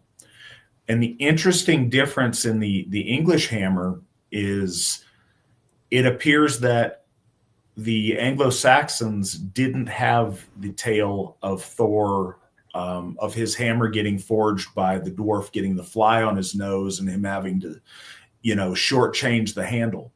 In Scandinavia, the handle is always a short, like a one-handed hammer. In Anglo-Saxon England, the hammer pendants that are found are long-handled, as if the dwarf was able to complete it in its entirety, and you could, two-hand it like a sledgehammer, like a maul. Yeah, it's actually all of the pictures that they show, including the one that's from Phrygia, is also long-handled. It has a small head, and then it looks like a two-handed kind of handle. And I found 2 or 3 others that say 8th to 9th, 8th to 10th, 8th to 11th century. So the dating's so imprecise on some of them. They could be 750, 8, or so they could be older, they could be younger. It's hard telling. Yeah, and I mean, we're just trying to chase back as long as it was. What we see them come into fashion as a response to Christianity in their widespread use as a amulet in the same way that people would wear a cross. Now we see them depicted differently, and Thor's hammer was a sacred kind of symbol in iconography, but as far as wearing one around the neck as like a, hey, I'm marking myself, because it made no sense before then. What do you mean, what religion? What are you talking about? I'm from, Haloga land. What do you mean? Yeah. Look at me, I'm Norwegian, that's what I do.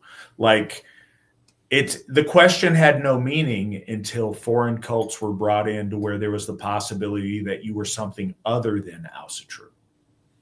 And, rightly people recognize that Asatru wasn't a word back then. It wasn't necessary. It's clearly what you were. Everyone was the religion of their tribe and their people. That only made sense. The need to specify only came when the foreign, cult of Christianity came into play, where you had to be like, no, these guys over here with the cross, they're Jesus people. No, here I'm loyal to my gods. This is a sign of sacrality to my gods. We have a question that I appreciate Nick pointed out to me that I had overlooked. From Spear of Votan. Correct me if I am wrong, but I didn't think the Landvatir are meant to be worshipped. We are simply meant to be good neighbors. Worship is for the gods and ancestors. I think a lot of new and eager Asatruar have the idea that any metaphysical being mentioned in our source material are meant to be treated and worshipped equally. Any thoughts? I do have thoughts. So do I. I'm going to jump in on this first, and then I'm going to hand it off. What I'd like to say is, first, what worship means. I think we have ideas in our head of it being something. That's why I jumped on it first. I know. We have ideas in our head of it meaning or implying different things than it is. It literally means worthship. It means to acknowledge something as being of worth. And any praising the worth of something is technically worship. You would find often in medieval literature, and this was kind of an interesting issue with the church. There was the idea that you don't praise anything as being worthy of any kind of acknowledgement other than God in Catholicism. Anything else is literally idolatry. So it was a big problem. But in medieval Europe, you would consistently see the term worship used for a great king or a hero in the living sense, not in the sense that they've departed and there's some kind of an ancestors cult. But knights would go to tournaments to win worship.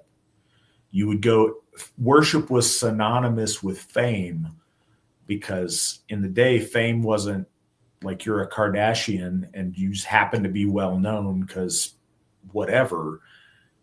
It was, you are famous because people are celebrating your great deeds and great reputation that you've done. So you would give worship to, a weapon that had served its purpose really well, or something that you attest to the great worth of.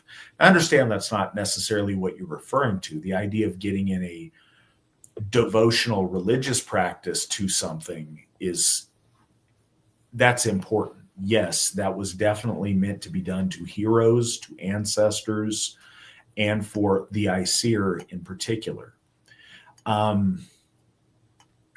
Landvættir is a special category that means a bunch of different things. And that's one of the troubles with it. The just spirits of place, your general idea of be good neighbors, interact with them well, absolutely. I think that's perfect. Now, what is the line between a river goddess of a certain locale and the Landvættir? It's very sketchy on what you want to call which or what. There are beings that are appropriate to get in the gift cycle with that hold dominion over places and location. Those things are worshipped. More often than not, though, you're right. We recognize that we inhabit a world with many neighbors, seen and unseen, and being a good neighbor and being respectful, both in the perceivable world and in the imperceptible world, is something that behooves noble people to do and will help things go well for you in your home, in an area that you occupy. Usually when I do bloat, and there's some people that get really into Landvættir and whatnot. It's never been a big focus of what I do. But when I give bloat, I acknowledge them. I usually will invite the gods to witness what we're doing and to be present. I will invite the ancestors, but I'll also invite the Landvættir to bear witness to it. Or I will acknowledge, that we've done something in a certain location for a certain amount of time, and they know us, they've seen our deeds, they've been kind to us, or whatever the case might be. I will invite them to bear witness to things that we do, or maybe say a positive word towards them, but it's not the same as worshiping them with bloat. And a lot of that is an issue of scale, though. So, and this is why I'm harping on the linguistics of it. If you were to speak to or pray to a dead ancestor, fundamental Christianity would call that you're worshiping demons. That's idolatry. If you venerated a saint and gave them an offering, that's idolatry. If you were to, overly praise a hero, that's idolatry. Like a sports hero or something else of yours, that's idolatry. The line of what they consider worship is very particular. We engage in the gift cycle in bloat and ceremony in a big way with our gods. We sometimes do that in a more collective, general sense to the ancestors. It's not wrong to have a big ritual gift cycle exchange with the ancestors. We also do engage in the gift cycle with the Landvættir or with the Húsvættir or other spirits that we wish to exchange gifts with. I think the fundamental difference is with our devotion and our allegiance to. And it's one of the reasons that the word Ásatrú is very important to me. People will point out that the modern usage of the word true is about believing in. But etymologically, it tells a much deeper story to that. You believe in it because you are loyal to it. It is trusted. You can loyally adhere to it. Troth and being true to something is about being loyal to it. So it's not just belief that the Aesir exist. I believe that a lot of things exist that I'm not loyal to, that I'm not devoted to. Giving our allegiance and our loyalty to something is very different. We are in a structure and in a hierarchy where we are loyal to the Aesir. They are our gods, and we will serve them as their folk. The Allfather is the king of the gods. We are in line with that loyalty. Our ancestors are also, certainly you're loyal to your family and your kin and the line of your kin. And beyond the veil, those things run together. The ancestors and our gods. Other gods, other mythological beings, other spirits that occupy places are not in our line of hierarchy of things that we have to have a loyalty to. We could enter into some sort of agreement with them or some sort of shared arrangement, but we treat with them independently and not giving our allegiance to them in line of hierarchy to our gods. I hope that makes sense. It might be a little bit convoluted. I know Svan has some thoughts. So Svan, share those with us. I think you hit all of them actually for me. It's just, I wanted to hit the purpose of the word worship. But I think the other thing is we clearly believe in hierarchy. We take great effort in laying out what we observe in the lore as the hierarchy of the gods, and make that clear for folks. We do that in the Trulamal. But when you're working with Landvatir, again, worship is, when we talk about gift cycling, absolutely you can gift cycle with the Landvatir, but that's a very upfront, that's almost like on equivalent with like your neighbors. You would want to have a good relationship with your neighbors and also the Landvatir. Your ancestors, you're indebted, and the holy gods you're indebted to by the breath and the sacrifice of things that were made in order for all of this to even start. So I think it is different. There is a hierarchy. And another big thing that we need to steer away from is when you get postmodern Marxists who come in and are like, oh, we worship the land spirits. You can't cut down trees. You can't, our Viking ancestors didn't, despoil the land. And it's like, no, they cut down trees to make boats and sail to Constantinople so they can go bonk on, upstarts who were trying to go up against the king of Byzantium. I mean, no, they cut down trees. But that's the only thing I wanted to add extra, is that sometimes I think a lot of folks get into that mixing of that eco stuff versus we believe in responsibility of the land. You tend the land like you would a farm, and you utilize the land for your purposes, your will. It's not some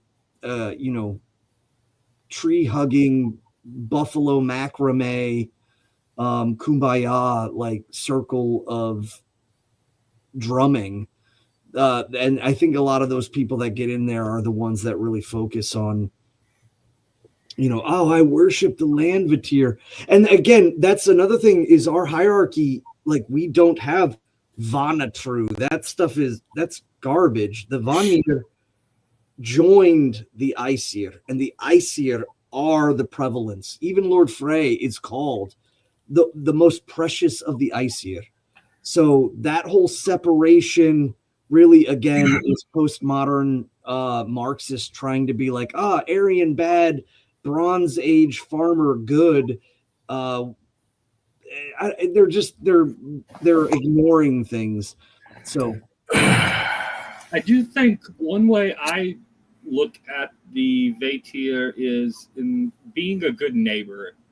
And if you're sharing this space with them, or this land, or this house, or what have you, you're a good neighbor. You might, you can exchange gifts with them, but it may not be, obviously it's hierarchical, so it's not at the same level, not the same, amount. Instead of actually pouring yourself into a horn, you might just pour them out a little bit of milk. But you can exchange gifts. You're a good neighbor. You're a good steward with them. You pay your rent, so to speak. And you see this conceptualization. The folks that leave Norway, when they go to Iceland's nature is very, very scary, and also very, very primordial. And you'll see that they do build this kind of stronger relationship with the Landvatir than they do in Norway. Well, something I'd like to point out is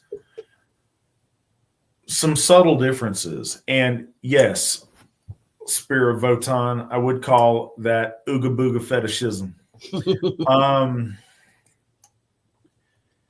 I think Svan's right. I think if you start from a new agey, pretendian kind of place and then come to Asatru, some of that might carry over in nature worship or animism. And we don't believe that like rocks and trees and grass and stuff are all these kind of spiritual beings. We do believe that other spiritual beings inhabit these places, and sometimes a particular rock or a particular tree or a particular glen is inhabited by or special to one such spirit.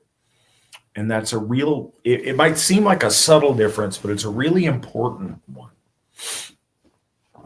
The other thing is, you could take that to infinity and it not make any sense. Does every grain of sand have its own little spirit to it? Does every blade of grass or every leaf, or you drive yourself insane? What our ancestors noted, and what, the folks with second sight that saw Iceland noticed, you have spirits that occupy the natural world. Most of us won't see these or recognize these.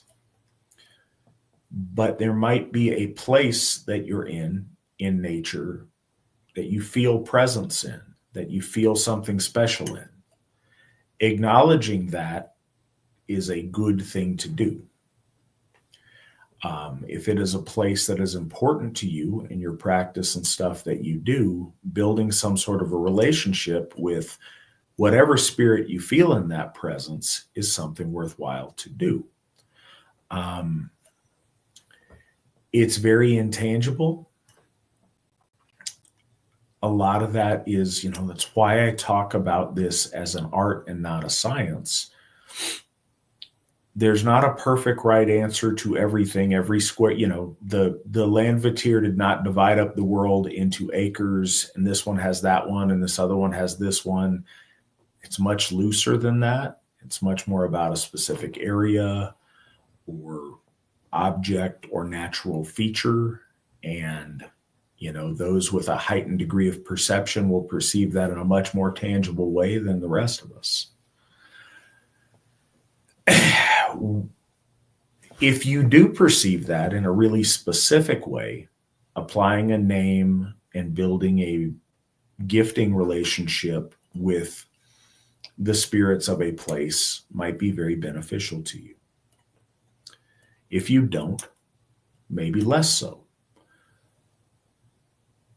Unless and until you have a particular understanding of a spirit that inhabits a place, a general mindfulness of the Landvatir and nod to propriety of acknowledging them and recognizing that they exist and that you share space with them and being a good steward of the space is a really good and important thing for you to do to reinforce your place in the cosmos.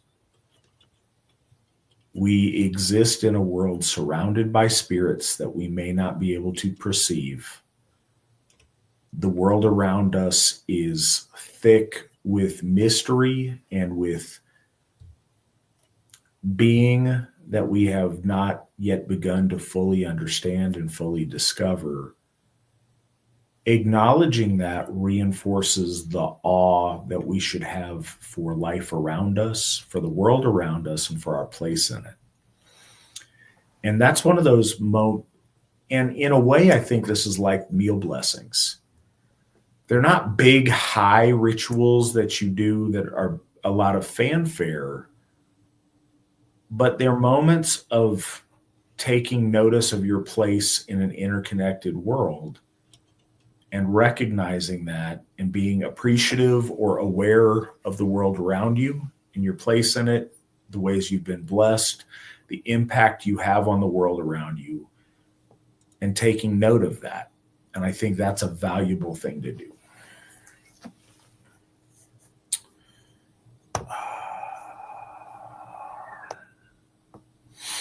I think there was a clarification question, and I'm going to go use the restroom.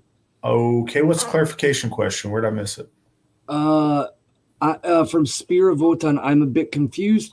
You mentioned earlier the Aryans mixing with old Europeans to create more white. And I think, yeah, there's just clarification.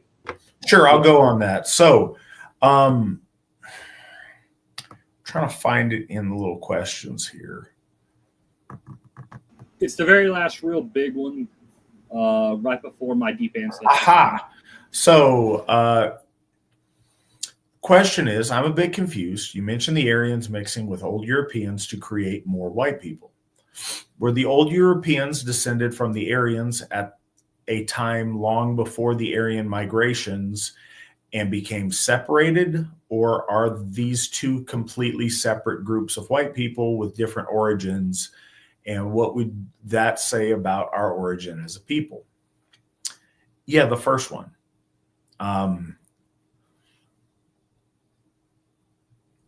We are a shared people with a shared origin. The Aryan migrations went out from Europe into Asia across the steppe and then back. So over a long enough time, you have groups of people that leave, go do their thing, and then come back and reconquer other people over time. You know, that'd be like if white Americans decided to go back and reoccupy Europe. It's a sloshing back of our people upon themselves. So when migration time happened in a lot of that, it's not as though all of the people went and did that. When we see a lot of migration, sometimes if there's an ice age or there's an uninhabitable condition, everybody's got to pick up and move. But very often you have the adventurers that go out and conquer, and you have other people like, no, I'm good. I'm going to stay here on my farm with what I've got. And when we picture that in a single generation or two, it doesn't look like a big deal. But if we, write that over the course of 1,000 years or more, it becomes a bigger deal. But yeah, you have a dispersal of people from the north at the end of the Ice Age over a big chunk of territory. And you have a splattering of our people all throughout Europe.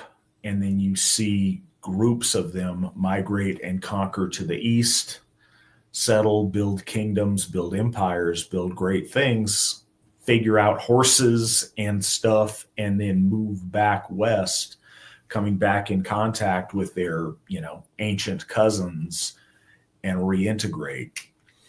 And so that's what you see. They're not two completely separate things. They're groups of people with a shared ancestry, a shared, group of ancestry, but they're separated, by hundreds or, perhaps thousands of years in some cases. Yeah, there was I wanted to say one thing with that is there was, again, political motivations to paint the Yamnaya or the Proto-Indo-Europeans, whatever they have to say in order to not say Aryan. They try really hard. They were like, oh, they came in and annihilated the European of the Bronze Age, or the bell beaker of the early, ages shifting out of Stone Age. And but then in the same breath, they'll admit that the genetic difference between them is so hard. That's why one looks like it disappeared, is because it more than likely just completely absorbed into. So you got to be careful of that too, where they paint that, oh, they came in and murdered everyone. And it's like, well, where did the bodies go? Where did it? No, well, it's because they're genetically similar. Yep. It's funny how often where the bodies went becomes a question in our history. Well, a lot of the time you have history that's not authentic, that's done with political motivation and not history with quotation. Yeah, not fair assessment of things that make sense. So again, I harken back to a theme tonight. We should approach our understanding of history and of our faith with logic and with piety. And I think that serves us well with all the things we do in our life. Question again from Scott. Is the swastika a bind rune? And have they been found in Neolithic burial sites? What say you, Svan? That's an awesome question. So for anyone who's thinking about how the runes they try to discredit them. Hey, oh yeah, those are actually just, Phoenician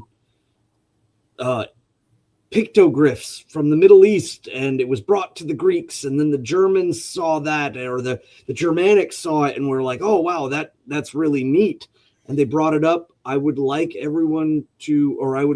everyone to go look up the Vinca or Vinca symbols, which predate all of that. They're at in Europe, 3,500 BC. It goes all the way back. But the interesting thing about those is that both symbols, the Sowilo rune and the swastika, are there together, present in their inscriptions. And so it goes so far back that the idea of whether or not it's a totality symbol and that it's pulled apart with purpose so that the individual symbol has meaning, significance, it's reduced. Or the other thought is that, again, it is a bind rune of a symbol. And I don't know it going that far back. The Vinca symbols go back, even further back, possibly 5,300 BC. You can find them even older than that too.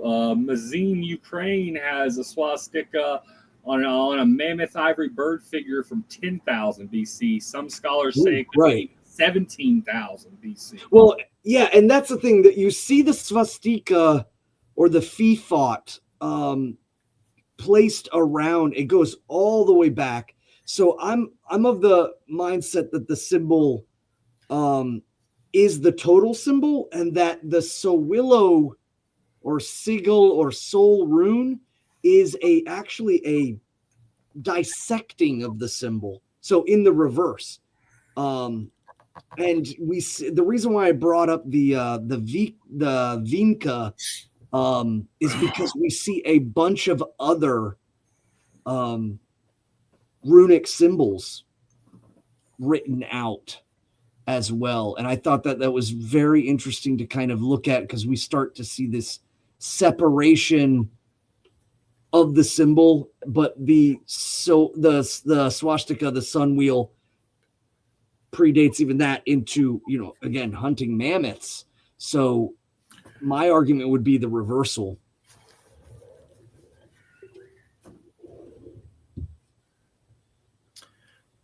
Yeah, and I think that, some sober reflection is due as well. Runes aren't the stick drawings. Now, yes, we all commonly refer to the stick drawings as the runes, but the rune is the mystery that the stick drawing represents. And I think that's really important to formulate. There's only so many patterns you can make with some straight lines connected with one another. What makes a bind rune is when a Vitki intentionally connects runes magically through the drawing of a symbol that amalgamates the two runes. Any complex connection of straight lines, you can find bind runes within it. But if they're not intentional and they're not done with intention, it's not really a bind rune. So no, in no way do I think the swastika is a bind rune. I do think that and this isn't like AFA doctrine, but I am of the same mind with Svan that the Sawilo rune is like you put two of them together, they make a swastika, or you break them apart and they're individually Sawilo runes. So I see that. I think there is connection to that. Swastika is one of the most ancient symbols of our people and our connection to the solar cycle of things, connecting dynamism with solar might. And I think that's been a holy symbol to our people since the dawn of our people.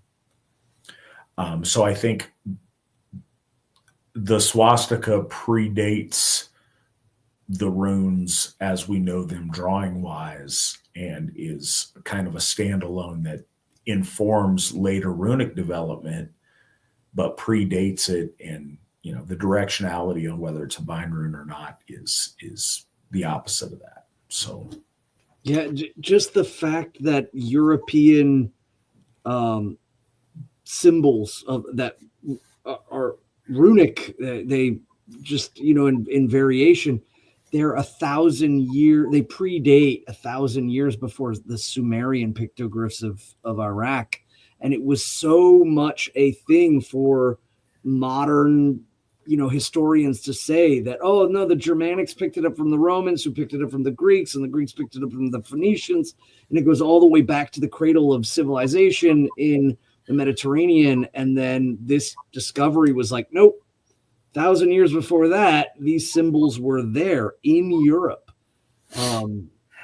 which, I think a lot of people were trying to take away from the origins of the idea that the runes come from our holy gods. Mm-hmm. And, oh, no, those are just leftover. You stole those from people who stole those from people who were in the Middle East. And that the Vinca find proves that that's not the case.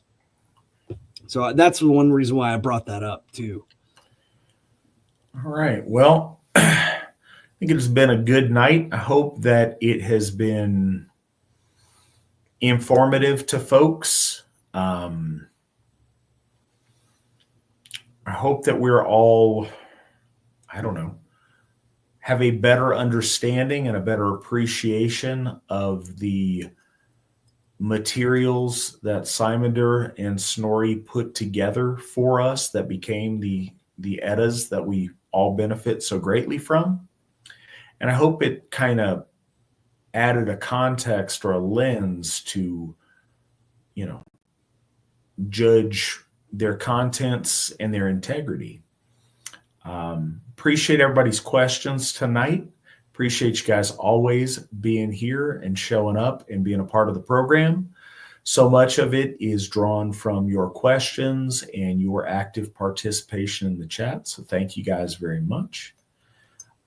Next week, our law speaker and I will talk to you guys about mental health which is a monumental challenge for our folk in our days and times that we live in. So I look forward to that. Until then, I hope everybody has an amazing midsummer. And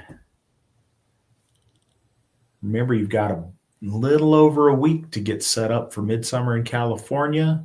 I would love to see you guys at Odenshof for that. It's going to be a spectacular event.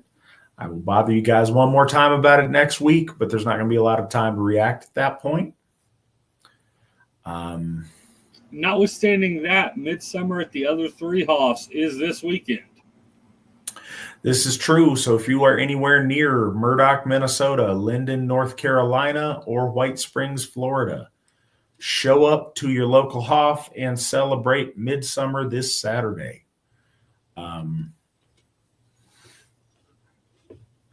Get together with one another and make it happen. But with that, until then, until next time, hail the Aesir, hail the folk, hail the AFA, and remember that victory never sleeps. Good night, everyone.